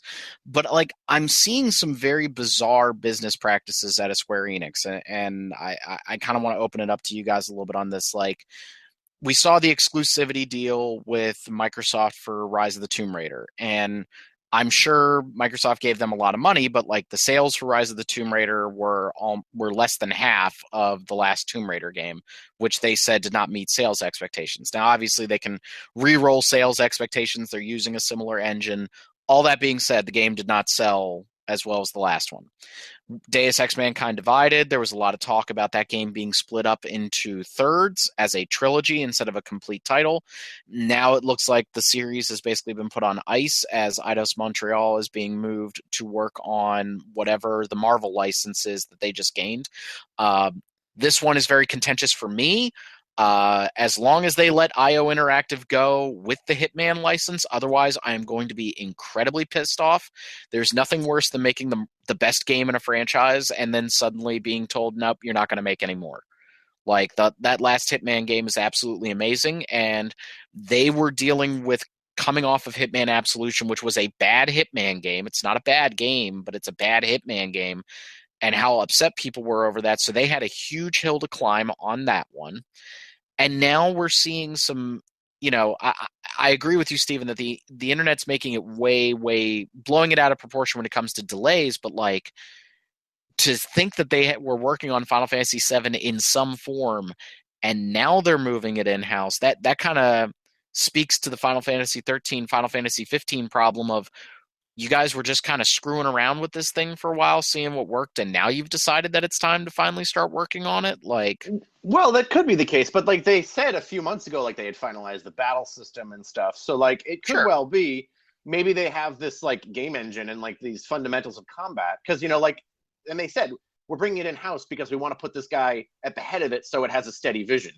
So it could be that they have these mechanics set up and now they are building a game around it. I don't know, you know, again, because earlier I said don't just build mechanics and have terrible level design, so I'm not being consistent. But I don't know, I guess I'm not, maybe it's just because I didn't have any expectations for it already that I was not surprised to hear that they were like, yeah, we're popping it in-house now. You know, to me, that actually, it's funny because you thought that sounded like maybe it's being mismanaged or something. And I, on the other hand, had the exact opposite reaction of, oh, good, they're not screwing around. They're like, yeah, we need this to get somewhere. We're taking it in-house. You know, like, it strikes me very much of when they put Yoshida on FF14 or when they put Tabata on 15, because, you know, 15 is polarizing. Every Final Fantasy is polarizing. I'm not going to have that debate. You know, I like lots of FF15. I have lots of problems with FF15. But, like, putting Tabata on that project gave it a course, and it got done. Mm-hmm. So I think, to me, not having Nomura as this, like, de facto sort of director, nebulous producer, mastermind person, having a person who will ship games on the head of it, to me, seems like a good idea. But like, and with the Hitman thing, I do agree that it's a bummer, because it seems by all accounts that people liked Hitman being episodic. The developers seem to do well with it. But I feel like part of being a mega corporation is making those choices now. Like, and not that they're like this benevolent thing, but they've got to stay in business. And if it's not doing the numbers they want, at least they're cutting them loose and giving them the IP. Right. That's the big thing. As long as they get the IP, then I'm happy. Exactly. That's the big thing for me. Is it's not like they're like, all right, get Bent.io. We have this thing that you've spent almost 15 years working on. It's ours now. Like, giving them the IP says, like, yeah, obviously you guys don't have our resources now, but it's better than being forced to make something they don't want to make or just sitting stagnant. I feel confident somebody will pick it up. Like Hitman is the kind of thing like EA would love, or like Ubisoft would like, or they go to Kickstarter and they kickstart a new Hitman that's like the episodic one, but all at once or something. I don't know. I agree with you that the FF7 remake is probably going to experience a protracted development cycle. I'm just not sure I want to attribute it to mid 2000s, early aughts era Square Enix sort of fumbling around, because they're making pretty tight choices elsewhere. If they give me a release date for Dragon Quest XI in the West, all is forgiven. Like then, I can't believe I forgot that. I know, I forgot it too. Oh wow, I completely forgot about that as well. If they give that to me, I will be very, very excited. I'm just seeing. I'm not saying that Square Enix is falling back into that mid 2000s, and I would also argue late. I'd also say early 2000 teens behavior.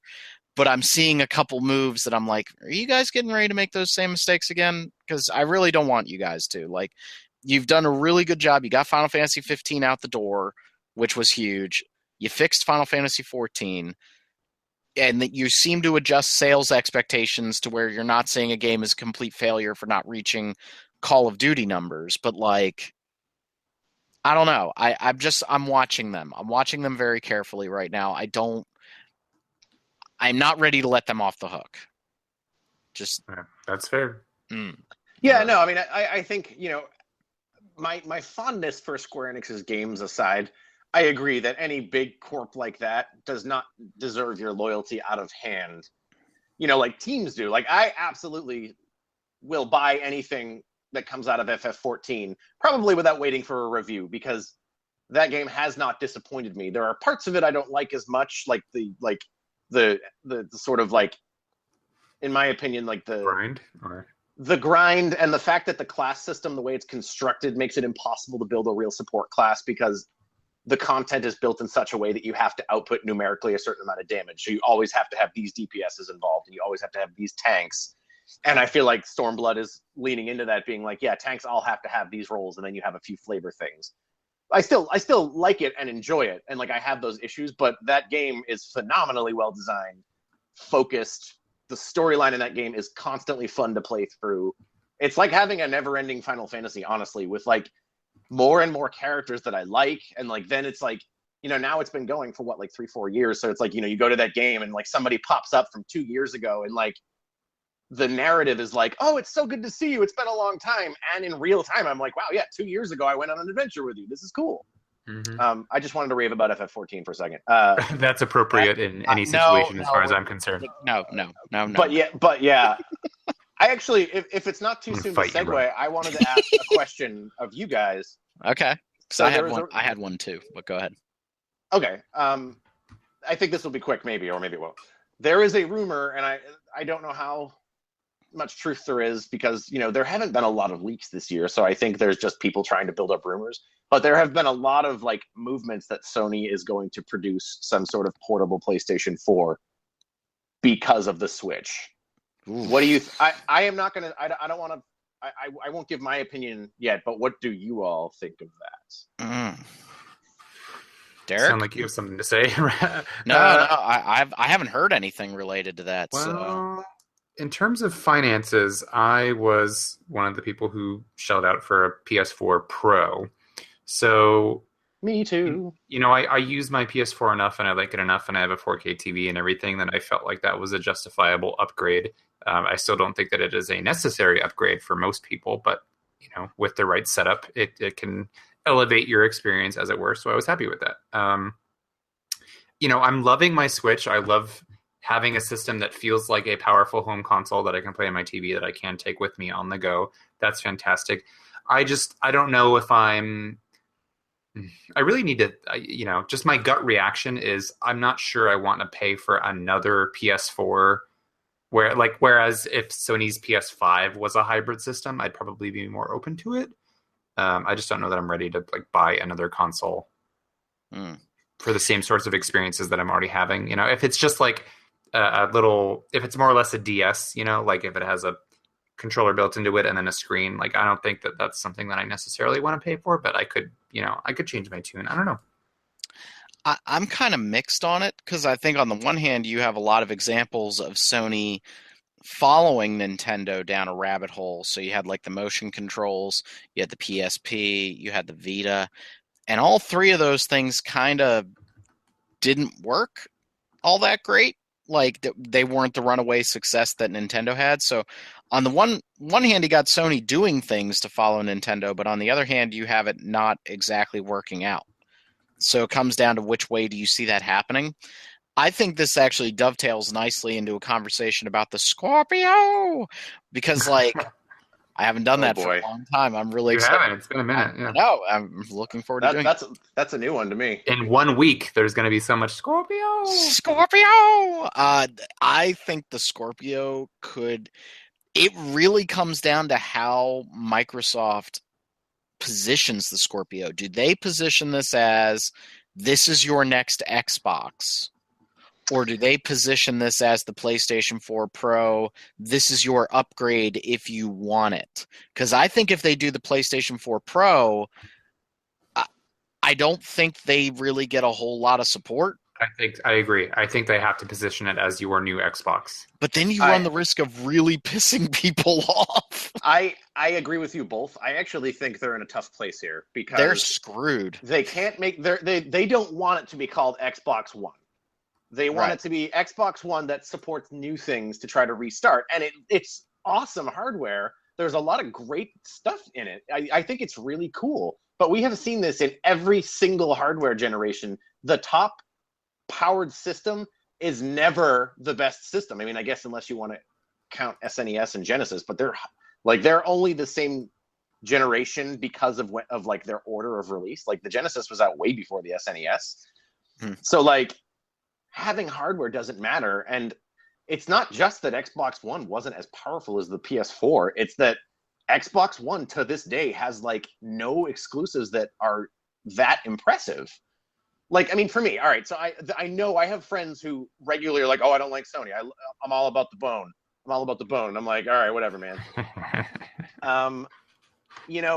There are some exclusives I like, and Microsoft does some cool stuff. I think it's incredibly crappy that they canceled the new Phantom Dust, but it's cool that they released a solid port of Phantom Dust on PC and Xbox One for free.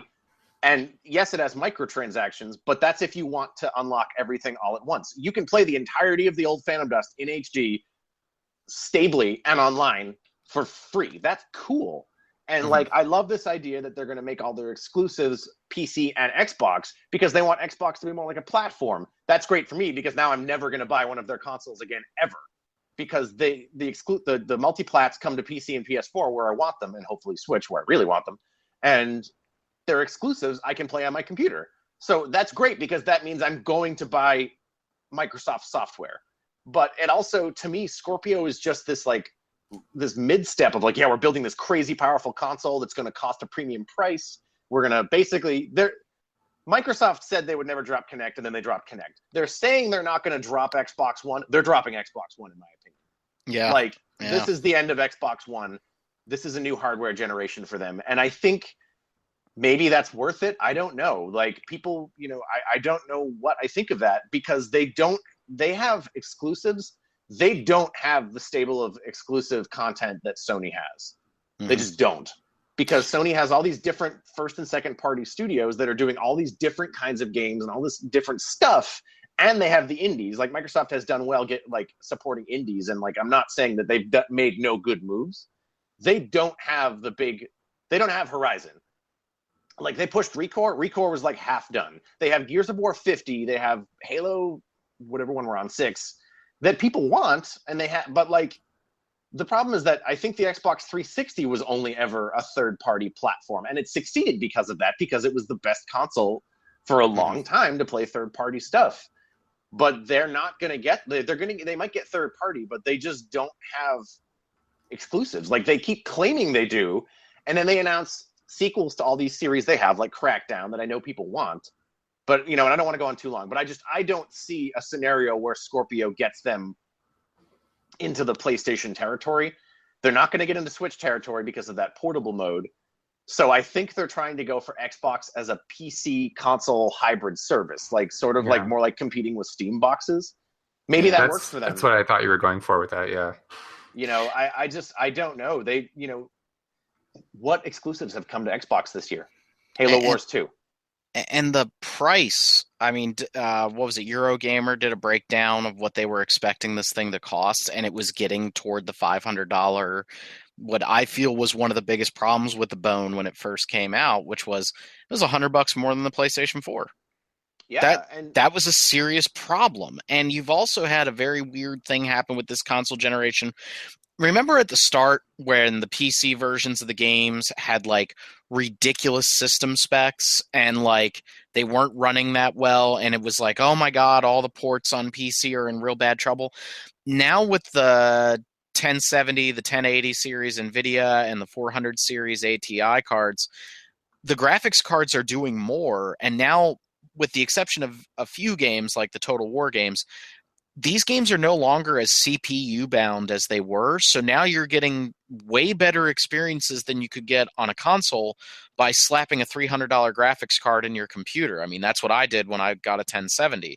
And so even though I'm running a very outdated CPU, Prey is running at like 120 frames per second on my computer at max settings. Exactly. None of the consoles can do that. My computer is I built my computer 7 years ago, and I have upgraded the RAM, and I upgraded the hard drive, the 3D card, and it's running new games, full res. I don't go 4K yet, but for me 1080p is still fine.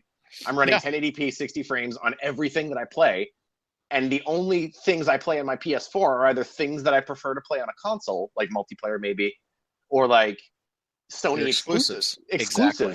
And that's why I don't know if there's room for this like super expensive mega powered console that it's not. We've seen power we don't care about power because Switch is the weakest of the consoles and it's my favorite. Yep. We don't care about multi-plat stuff because we already have a PS4 or a PC for that, and we have a PS4 for the stuff that you can only play on it. Your Persona, your Horizons and Nier and all that stuff. So it's like, what market are they trying to take?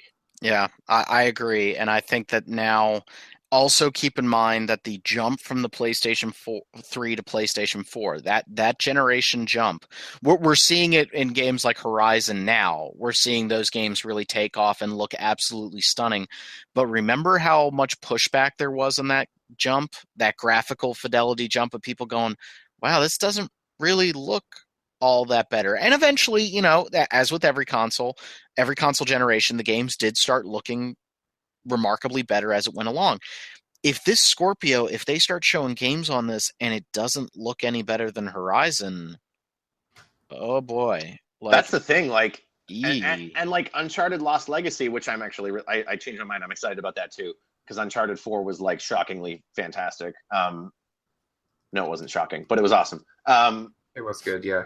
Like visually, that and Horizon, and like you have stylized games like Persona. Like you have to essentially, you need to make something that looks better than Horizon for me to care that your console is running. Because I get that it can run 4K 60 FPS, and I think that's very future proof and very smart. But this might not be the time to sell that. Like this might be another case of like, we think things are going to go with motion and Kinect, and then being like, oh, oops, people don't want that.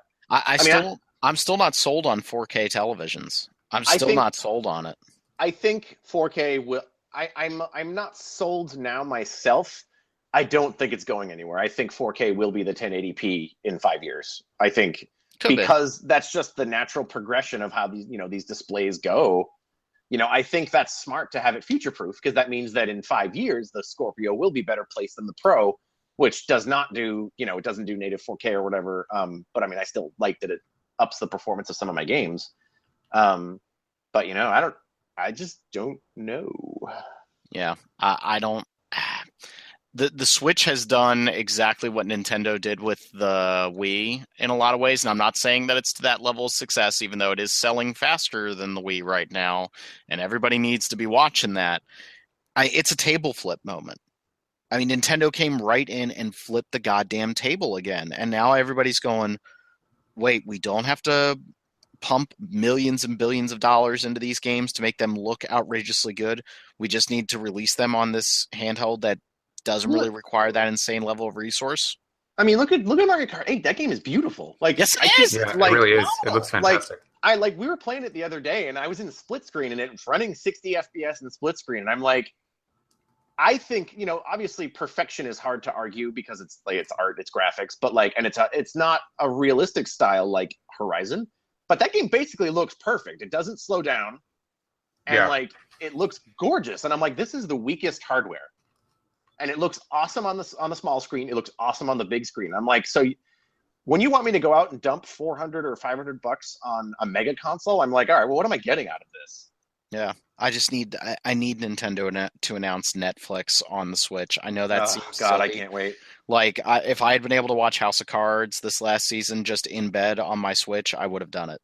I do. Our kitchen is kind of small, but I do a lot of cooking in there, like people tend to do with kitchens. And, it's always like, oh, I want to watch Netflix. Oh, I got to grab my laptop and put it in there. Man, if I could just grab my Switch and pop it on top of the refrigerator while I'm cooking, that would be amazing.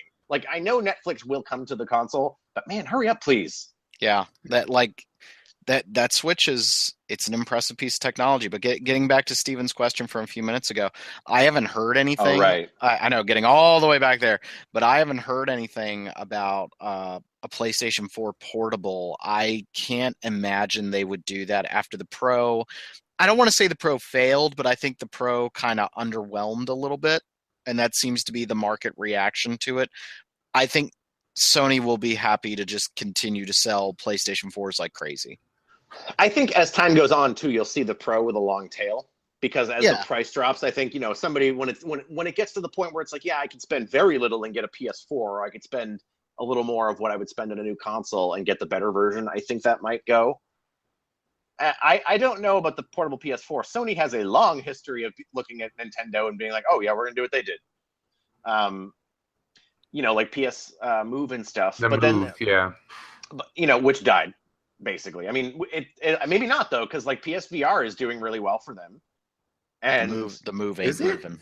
Yeah, they said the PSVR is selling way beyond expectations, and a lot of GDC stuff focused on VR, and a lot of the industry is pushing towards VR too, at least just from what I've seen. I don't know how that bears out. I don't think it ever takes the place of your controller and TV setup. But yeah, I think Sony's very happy with the performance of PSVR, which uses the Move. So I guess the Move is not totally dead.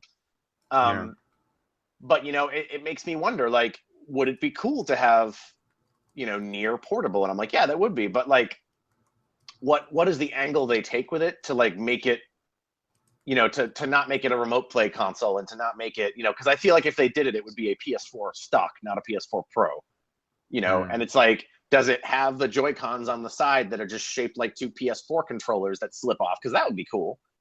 But it's also these are higher powered games that are more intensive, so battery is going to be an issue. So and Vita was not Sony's favorite thing they've ever done. So I don't know, maybe it's an attempt to cash in on that excellent sort of very quick portability of going from your TV to going to anywhere, because I think remote play is neat as a concept, but I rarely want to use it because the latency I just don't like. Yeah, whereas with my Switch, it's boom, this is the game. It's not streaming. I'm not getting occasional hiccups or artifacting, like you said, Derek. It's I don't want to use remote play. Maybe they do this, but I just don't know that Sony has the room in their portfolio for 2 SKUs of PS4, PSVR, PS Move, and a portable which they have now failed. I mean, not that I know fans like PSP and Vita, but sales-wise, those were failures for Sony. Mm-hmm. So I know. So the question I was going to ask a little bit ago, first it's a statement and then it's a question to you guys, and maybe it's a negative question, but I'm really worried about BioWare right now. Like, I would be, considering the reception of Andromeda, the sales of Andromeda, how much money they had to put into Andromeda. BioWare is probably one of the companies I'm most worried about right now. Is there anything that you guys are really worried about that you're seeing, like, trend-wise in the video game industry? Like, I'm not meaning to turn the show negative, but I think it's important. Like, this is a business reality. We talked a little bit about that with Square Enix, but, like, man, I think whatever BioWare was planning, they probably had a serious sit-down with EA right now. Well, remember, though, it's not BioWare that made Mass Effect Andromeda. It's BioWare Montreal, which is a reskin of another studio.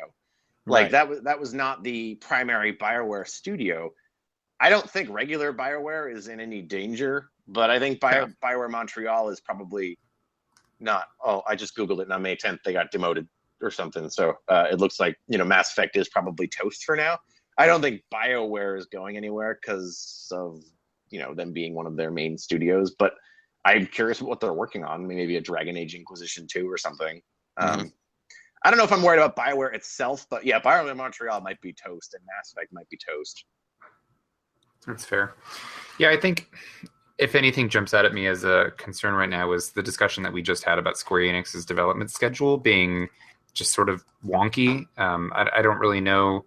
I appreciate that assigning a new director or a new making it in-house for Final Fantasy VII in particular, that shows that they're looking to have a singular vision and that they want to get the game really moving along at a steady pace. I just worry about the release schedule. It's like, why announce something that early from announcement to release should not be like 6 or 7 years. That's crazy.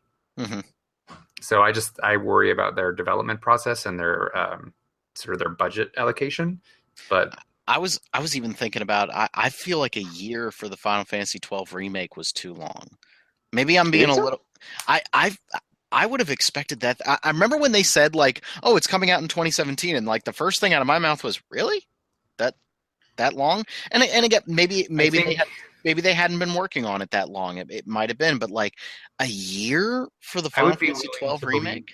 I'd be willing to believe that this is not an issue of them not being able to get it done. It's an issue of when can we place this in our release schedule for maximum sales. Okay, yeah, that's fair. I'm That's with fair. Derek on that. Also, keep in mind, this is a more dramatic overhaul than the FF10 port was, because this is the Zodiac Job System version, which required retranslating more translation from the original translators, because there's more text in that version of the game, and then on top of that, they're actually adding things that weren't in International Job System version or Zodiac Job System version. So, like, this was not just a quick port turnaround. This was also, there was some development and some localization involved in this. Yeah, not to mention retexturing.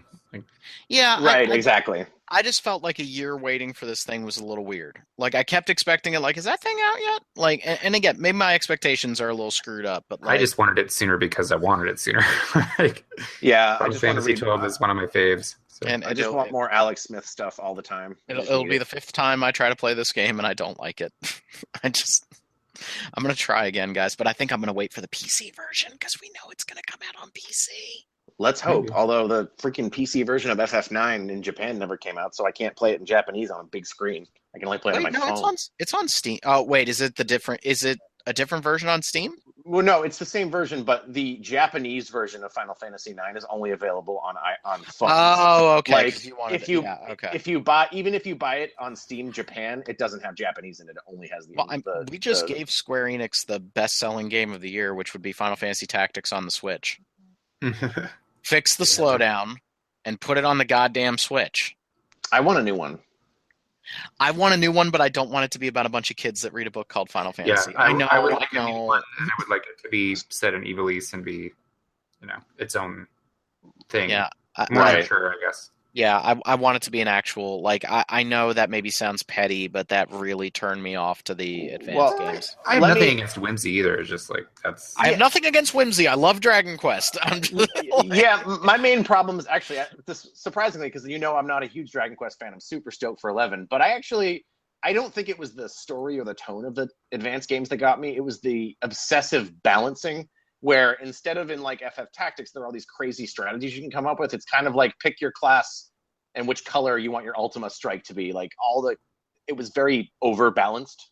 It didn't feel like I could create a calculator that would annihilate the battlefield, or like a monk that could double punch and kill every enemy in the game in one hit. That was more my issue. But Pipe Dream, a sequel that takes place like several generations after oh my god. Delita has overthrown Yes. everything. What happens later? Like, what happens to the Yeah. remnants of the church? What happens to Oh my Yes. all of that god. I stuff? want that. and not goodness. a direct sequel with the same characters. Yes. Yes, I would- absolutely. same world, but couple generations in the future. Give me You like, guys- give me Oh give my me like God. Oron's descendant. Give me like, somebody like, Oh, oh god, that would be awesome. I want to play that game It so bad. would be hard. The problem is it's hard to get descendants because so many people die in that game. Yeah, but like Yeah. you killed Jesus at one point in that game, so we might as well just keep going. No, it was Diet Ultima Jesus. It was Whatever. like it was Globados Jesus. Whatever, but like every time I try to play the Vita version of that game, I get so angry at the slowdown. It just grates on me so much, and I know that's everybody's gonna say, just get over it, but like, god damn it, it's like you're playing an inferior version of the goddamn game. Meh. That's what I really hope the Switch opens us up to lots of games like this. And aren't they making a Fire Emblem game for Switch? Yes. Play that, right? 2, apparently. They're making Fire Emblem Warriors and a Fire Emblem.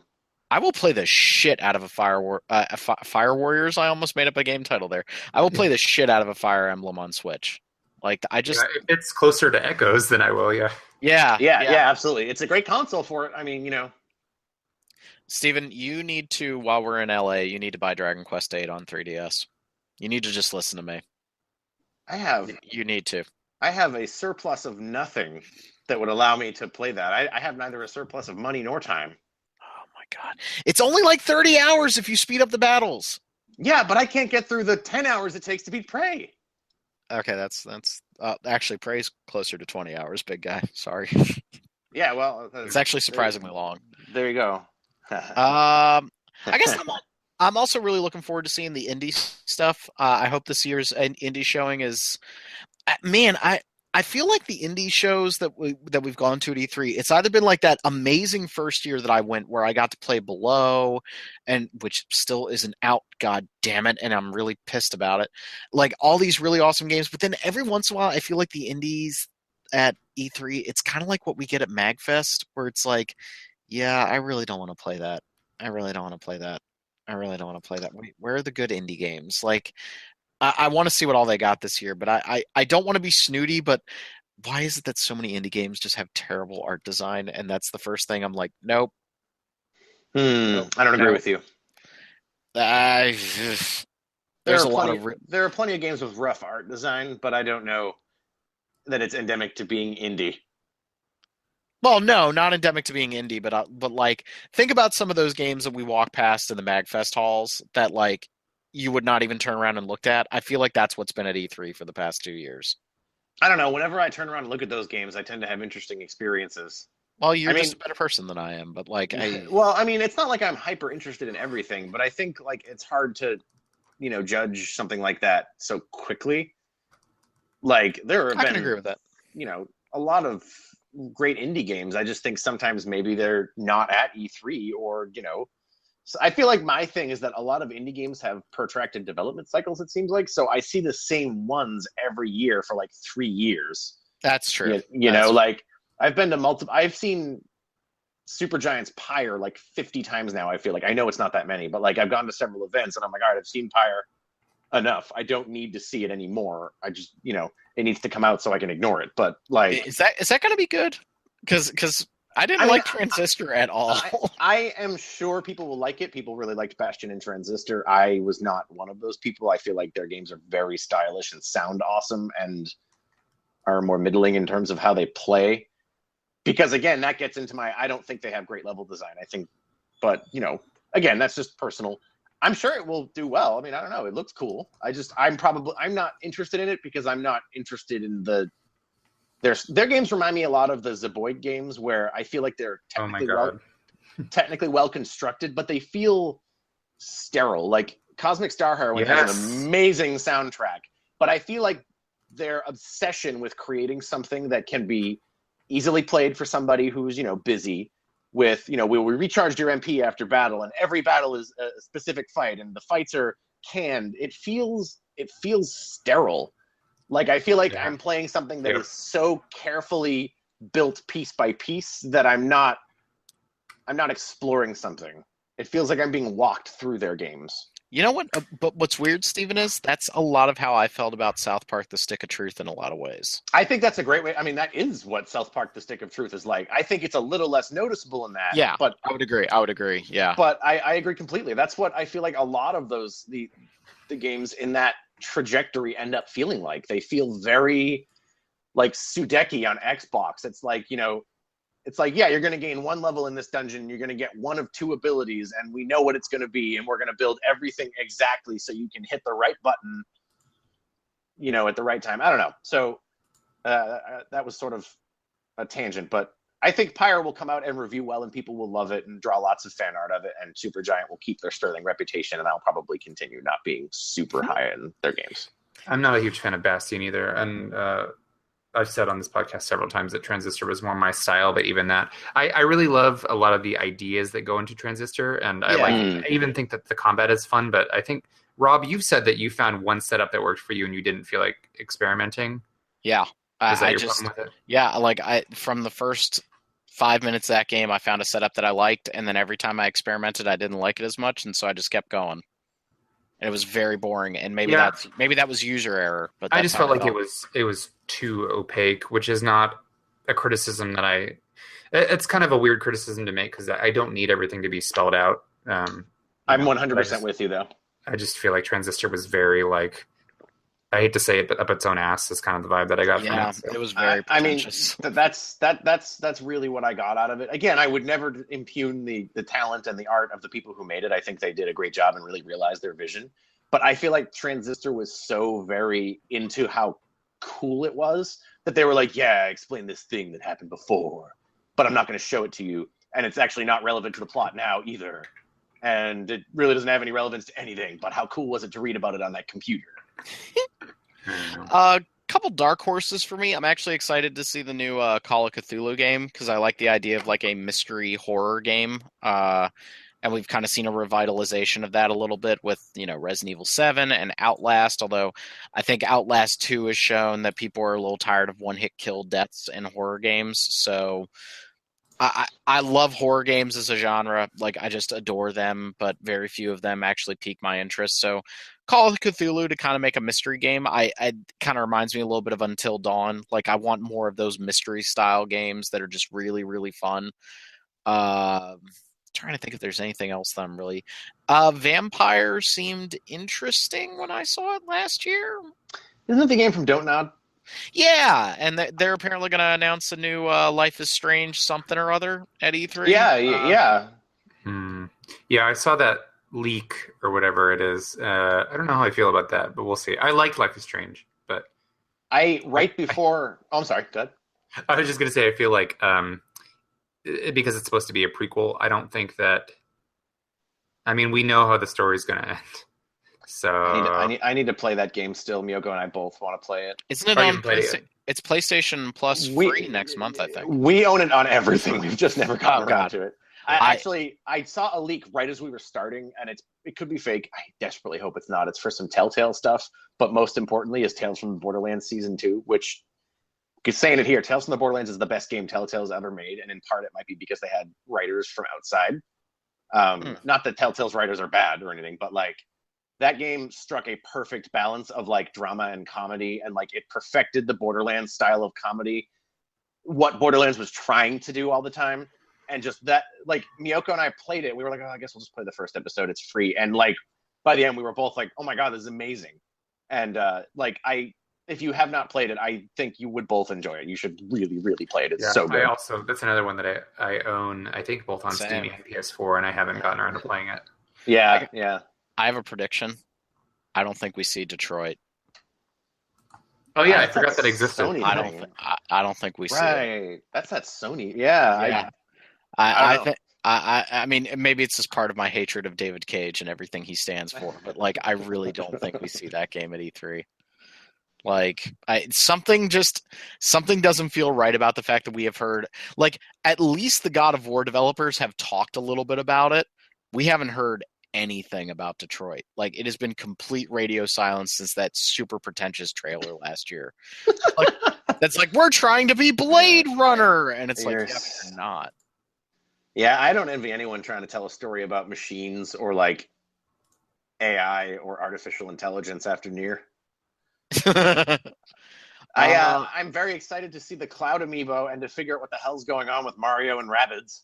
Oh God! No, Mario I shooting want nothing guns. to do What? with this. I hate that so much. What? I do not understand Hate. what just- is happening with They're, that. Like, they're just mad that the rabbits didn't become the minions. That's all No, they're mad about. Because I hate minions too. I but you know know. what? They predated the minions, so they got I to be know. super pissed because they're like, I we know. had it first. They did have it first. I just like, all right, let me rephrase. A Mario strategy RPG would be really cool. But I'm like, what? Yes. Who thought of this? Like, what person said, you know what people love? Rabbids. You know what else they love? Well, you know what, Mario Steven? and People like strategy minions, RPGs. and I don't get it at all. Okay, all right. What is so hard? Let's back up here. Maybe Rabbids are pretty popular with kids, so maybe this actually is a smart business call in the way Skylanders is a smart business call. But what is wrong with them? Here's an idea for a strategy role playing game. Why don't they just do the the Star something emissary from Super Smash Brothers on Wii and just have Mario and his friends going through the Nintendo universe? That'd be awesome. Did I just make a better game? I think I did. Like, Okay, maybe that game ends up being good. Who knows? But it's just like, why? Like, Yeah, I mean, I'm not discounting the possibility that it could be a functional and fun strategy RPG. There could not be anything in this world less thematically appealing to me than minions. And here we are with Rabbids. It's the Which is same somehow- goddamn thing. and like, and let's talk about the fact that real Luigi, as always, gets hosed and is in the deep background while a Luigi minion and a selfie shooting Peach minion are on the front and center. Like, I'm just like, there's so much about it that I'm like, why? Why did you choose It to do honestly this? just makes me want to projectile vomit all over the place. I will not, for a goddamn second, apologize for how I feel about minions or Rabbids. So I'm not sorry. I hate them so much. I think they are like the lowest common denominator of trash, slapstick, American Facebook mom family humor. I hate it so much. Okay, I'm good. I mean, I completely agree. So I think we can safely assume that we're all no, I'm good. not sure how we feel about Mario. Well, So I all right, can't- we're sure how we feel about it. Never mind. I can't But- talk you guys into seeing Despicable Me 3 while we're in LA. Is that what you're But telling me? Despicable You Me can- has Steve Carell, like it has Gru, like he's not like the minions are part of the comedy in that they're not the Oh, damn it. only thing. I don't know. I haven't seen any You of can't those. make So. me. How many Make Fox it. News vans do we see because of Far Cry 5? Oh, did you see? Apparently, also Fox News is mad that Wonder Woman is not American enough.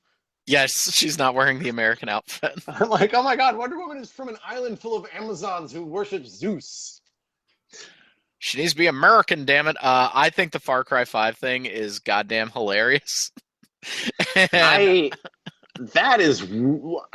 All right, let me put it this way. If this was an Ubisoft that had not released Watch Dogs 2, I would think that this was pure cash in. They're not going to say anything with it. And odds are good they will not say anything substantive, but I know the main media likes to pan Watch Dogs 2. That's the best Ubisoft game that's been released in like a decade. Because that game had something to say. Yeah. That game had something to say. It did not heavily focus on shooting. You could shoot your way through it, but that game was all about hacking. It was like the cheesy, like 90s hackers vibe. It was incredibly diverse. It had a ton of different, like the lineup of people, and it was so interesting. It had an actual conversation about like being a person of color in tech that I was like, wait, did they just actually have that conversation in a AAA Ubisoft game? That game was critically mistreated by the media, and I wouldn't. I'm very much hesitant to be like the media looked at this wrong, but I think I don't know. Maybe it was the people who reviewed it. Maybe it was the audience. I don't know. But Watch Dogs 2 had a lot of interesting stuff to say outside of its main narrative, where you fight a tech bro with a man bun. But like the character stories in that, and the way that they represented the Bay Area, which I live here now, was really good. And like there were so many like legitimately well written characters, which coming from Watch Dogs 1, which was broody white dude angry with sunglasses, shoots people and hacks their cars. I'm just like, that was the most bland setting, and now you have this colorful, like goofy game. So maybe Far Cry 5 will say something about its setting. I don't know, but maybe. I have no clue. I'm just looking forward to the fireworks. It took about as long as I expected before major, news corporations were bringing up Far Cry 5, and I love But do you feel like it's just going to sort of fall by the wayside? I feel like they're going to lose interest in like an hour. Well, yeah, because video game releases take so long, so you can't keep up hype over something this controversial for 6 months. Like it's not going to happen. And there's also the fact that as much as we want video games to really challenge and tell these very interesting stories, very few have been willing to go in that direction. And it's awesome to hear that Watch Dogs 2 did that. I was looking to see if you owned Watch Dogs 2, Steven, on Steam, and you don't, which made me No, Miyoko bought it for me for Valentine's Day on PS4. God damn. I wanted it for a while. It it has some open world like bloat in terms of like there are a lot of tasks you can do, but many of them are fun, and the main missions are great. Like it's funny, and like it's all the characters are really interesting. I think it's a great game.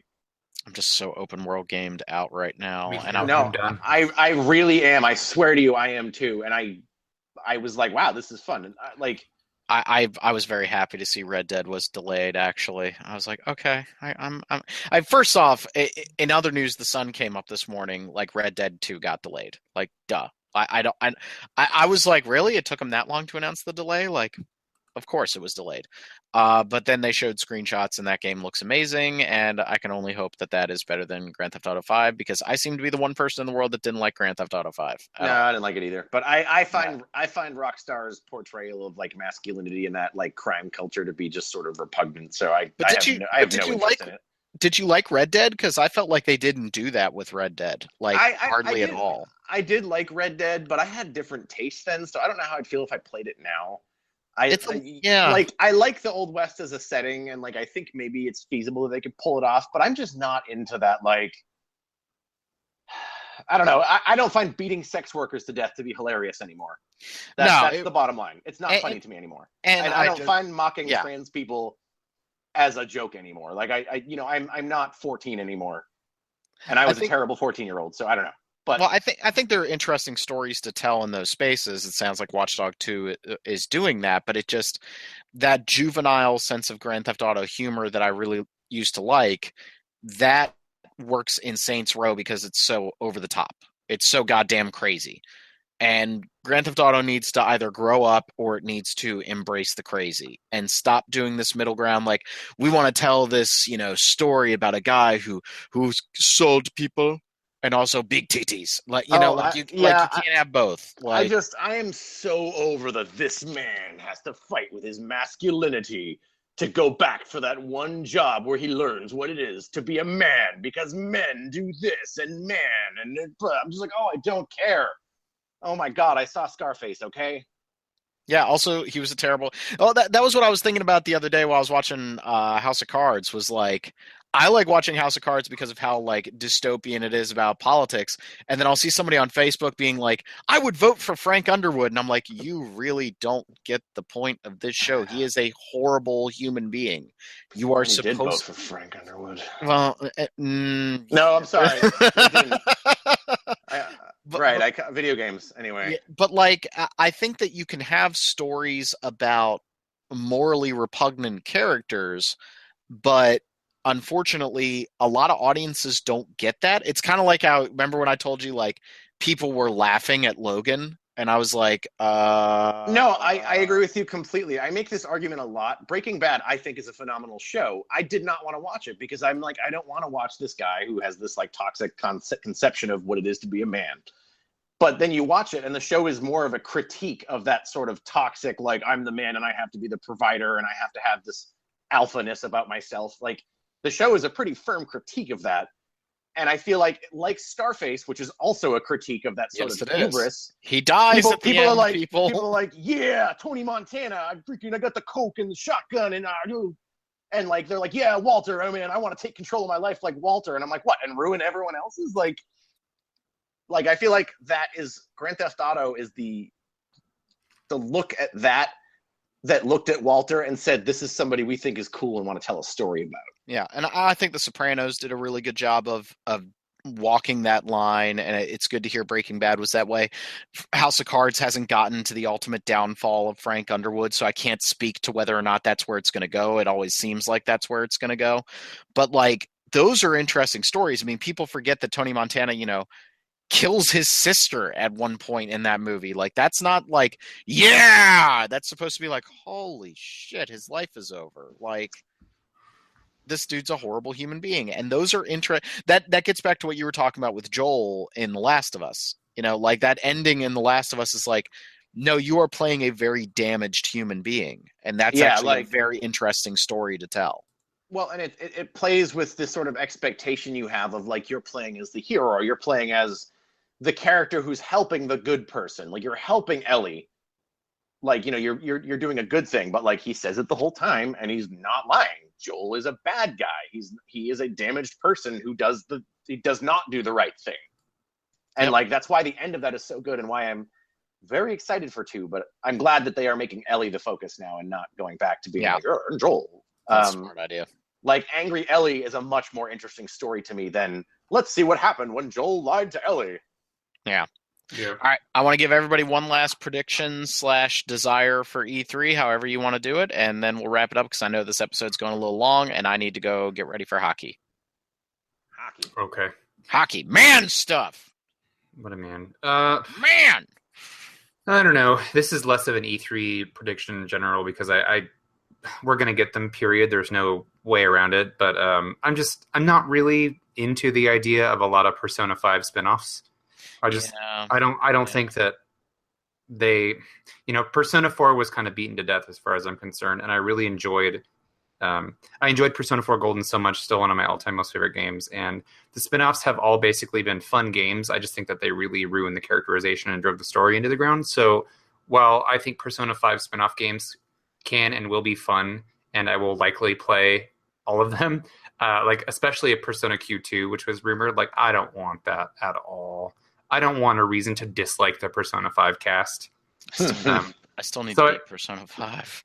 Yeah. Oh, that's right. Spoilers. Oops. So I'm sorry for making that so negative. I'm just, I'm hoping it's not like Persona 5, all the spinoffs that you always wanted. Like, did I want that though?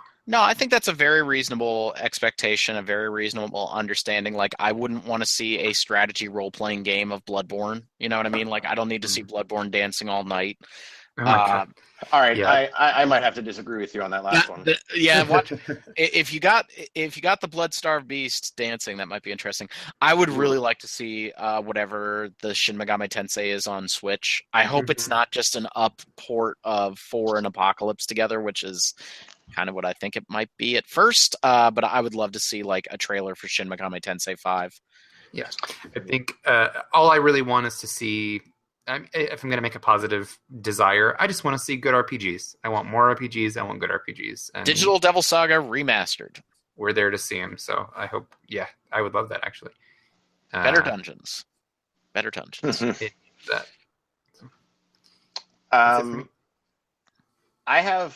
go right back to my beginning. My one prediction that I think is a pretty sure bet, and I hope I get to play at the show, Smash 4 on Switch. I desperately want it. It is my most wanted thing. You're going to play it. It's going to be there. My hope is that from Square Enix we get a new Theater Rhythm game. I obviously would like the Kingdom Hearts one. I think it's ripe for it. I would love like All Star Carnival, which is the arcade one, to come to Switch, with a full spate of songs. I'm ready for another Theater Rhythm in my life on a console that doesn't have a horrible screen. I loved Theater Rhythm Curtain Call, and I think you release that with all the DLC on Switch or something, I'm on board. And that made me think of one other one. We're definitely going to get it. I would love the announcement of the console version of Dissidia Arcade. I played that in Japan. It's great. It's a better fighting game than the first Dissidia because there really aren't any RPG elements to it. I would love a console version with a PSP Dissidia style campaign. That's another one I forgot about. I would love to see that. Yeah, they've been updating it. They update it every month or two in Japan with new fighters. It's got Kuja now, so it has the two characters I want, Zidane and Kuja. The music is great, most of it. It's got Ramza in it with 2 cool costumes. It's a 3-on-3 fighting game. It's well suited to PS4. I want to be able to play it and not be at an arcade in Japan, breathing smoke and not here. Could I interest you in a Theater Rhythm Chrono game? No, because I think Chrono got a bunch of music in the existing Curtain Call. Oh, okay. And I don't think it's a ripe enough series for it because it only has 2 games. I feel like if we're going to get a Theater Rhythm, it's Dragon Quest Final Fantasy with like all the weird spin-offs and like Saga and stuff. And then the only series they didn't dump into Curtain Call was Dragon Quest, obviously because it's a different series, and Kingdom Hearts because I think they're saving Kingdom Hearts because there are 9 Kingdom Hearts games full of music. Jesus Christ. At least the music's good. I can give you that. At least the demo of 3 or 2.8, whatever the hell it was called in the most recent collection, showed that the engine works well for 3. So I'm looking forward to it. But yeah, Dissidia, Theater Rhythm, and Smash. I'd say we talked about it briefly. I would really like to see the Resident Evil remake. Resident Evil 2. I want to see the Resident Evil 2 remake. Resident Evil 2 is one of those games that I really liked it as a kid, and the more I play it like once a year almost. And that game, I think, has aged the best out of every Resident Evil game. I agree with you with the caveat that I think 3 has also aged very well because 3 has a lot of kicks my ass. 3 really kicks my ass. That's the thing. I want them to take the Nemesis component and the being chased component of 7 and work that into 2 for the second scenario. Yeah, I think that'd be really cool. I don't know which way I want to see it. If I want to see it in the Resident Evil 7 style or the traditional third-person Resident Evil style, but I really feel like Capcom might have figured it out with Resident Evil. I say that knocking on every piece of wood in my office right now, but like I really they delayed the DLC. They did delay the DLC because apparently that they were doing that outside of the studio and they were really not happy with it. Well, I think that's good. Yeah, I think after 6 and after SF5, Street Fighter 5, I think they have figured out that like you can't just bank on your label. Like you need to keep quality content coming out, not just content. I was also happy to see them not really upset over the Resident Evil 7 sales numbers. This is something that I think the industry needs to do a better job of seeing this. Like the sales of your current game are usually based off of the reception of the last game. And Resident Evil 6 sold like hotcakes because people really liked Resident Evil 5 because people really liked Resident Evil 4. And Resident Evil 6 was dog shit. Like it was terrible. It was atrocious. There are better games. They're called Dead Space. They're way better than that piece of trash. Are we allowed to drop curses now on this podcast? I'm allowed to say shit when it's referring to Resident Evil 6. But like, oh, I see. Yes, that's the new rule. And when we talk about minions, Derek's allowed to curse a little bit.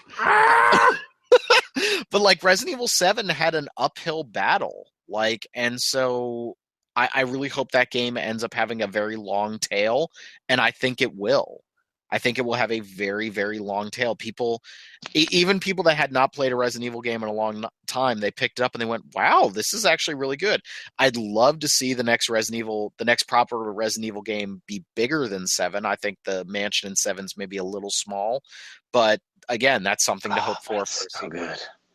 It is really good, but it's a little small. But but every single. I know. I'd also like slightly better enemies. I know we disagree on the. I mean, they could be better. I mean, I don't think they were bad, but they could be better. Yeah, they could be a little better. But I'm really happy to see that survival horror genre back.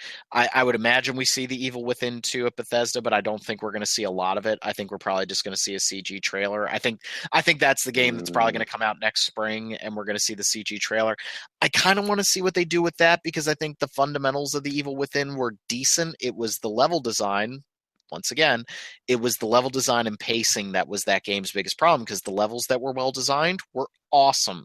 That opening village area is fantastic in that game. I agree with the caveat that I actually don't think the mechanics would work now. They're pretty sloppy. It's definitely sloppy. It needs to be way tighter. They went for that like Dead Space 1 style, like Isaac is a little bad to control, but like they took it to a really far extreme. Whereas when you play Dead Space 2, I mean, Isaac is a shooter character. And that's fine because that game's more of a shooter.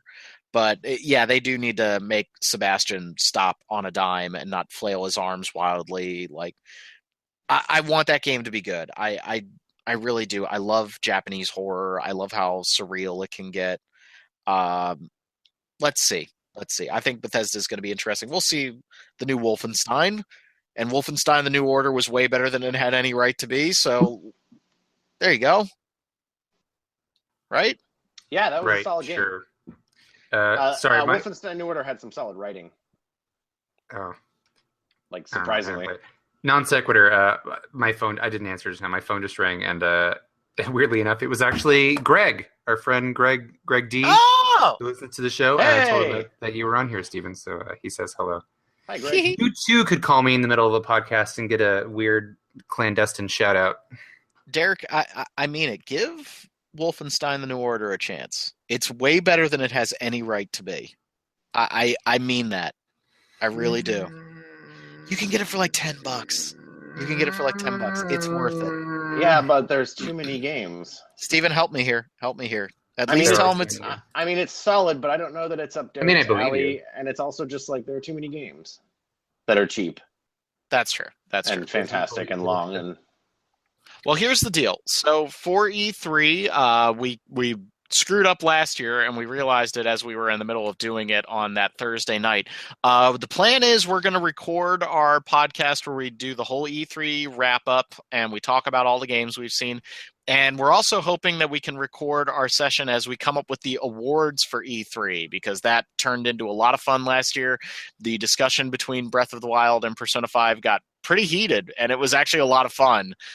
We had an awesome moment where we came up with the Final Fantasy XIV Outstanding Achievement Award for a video game named Final Fantasy XIV.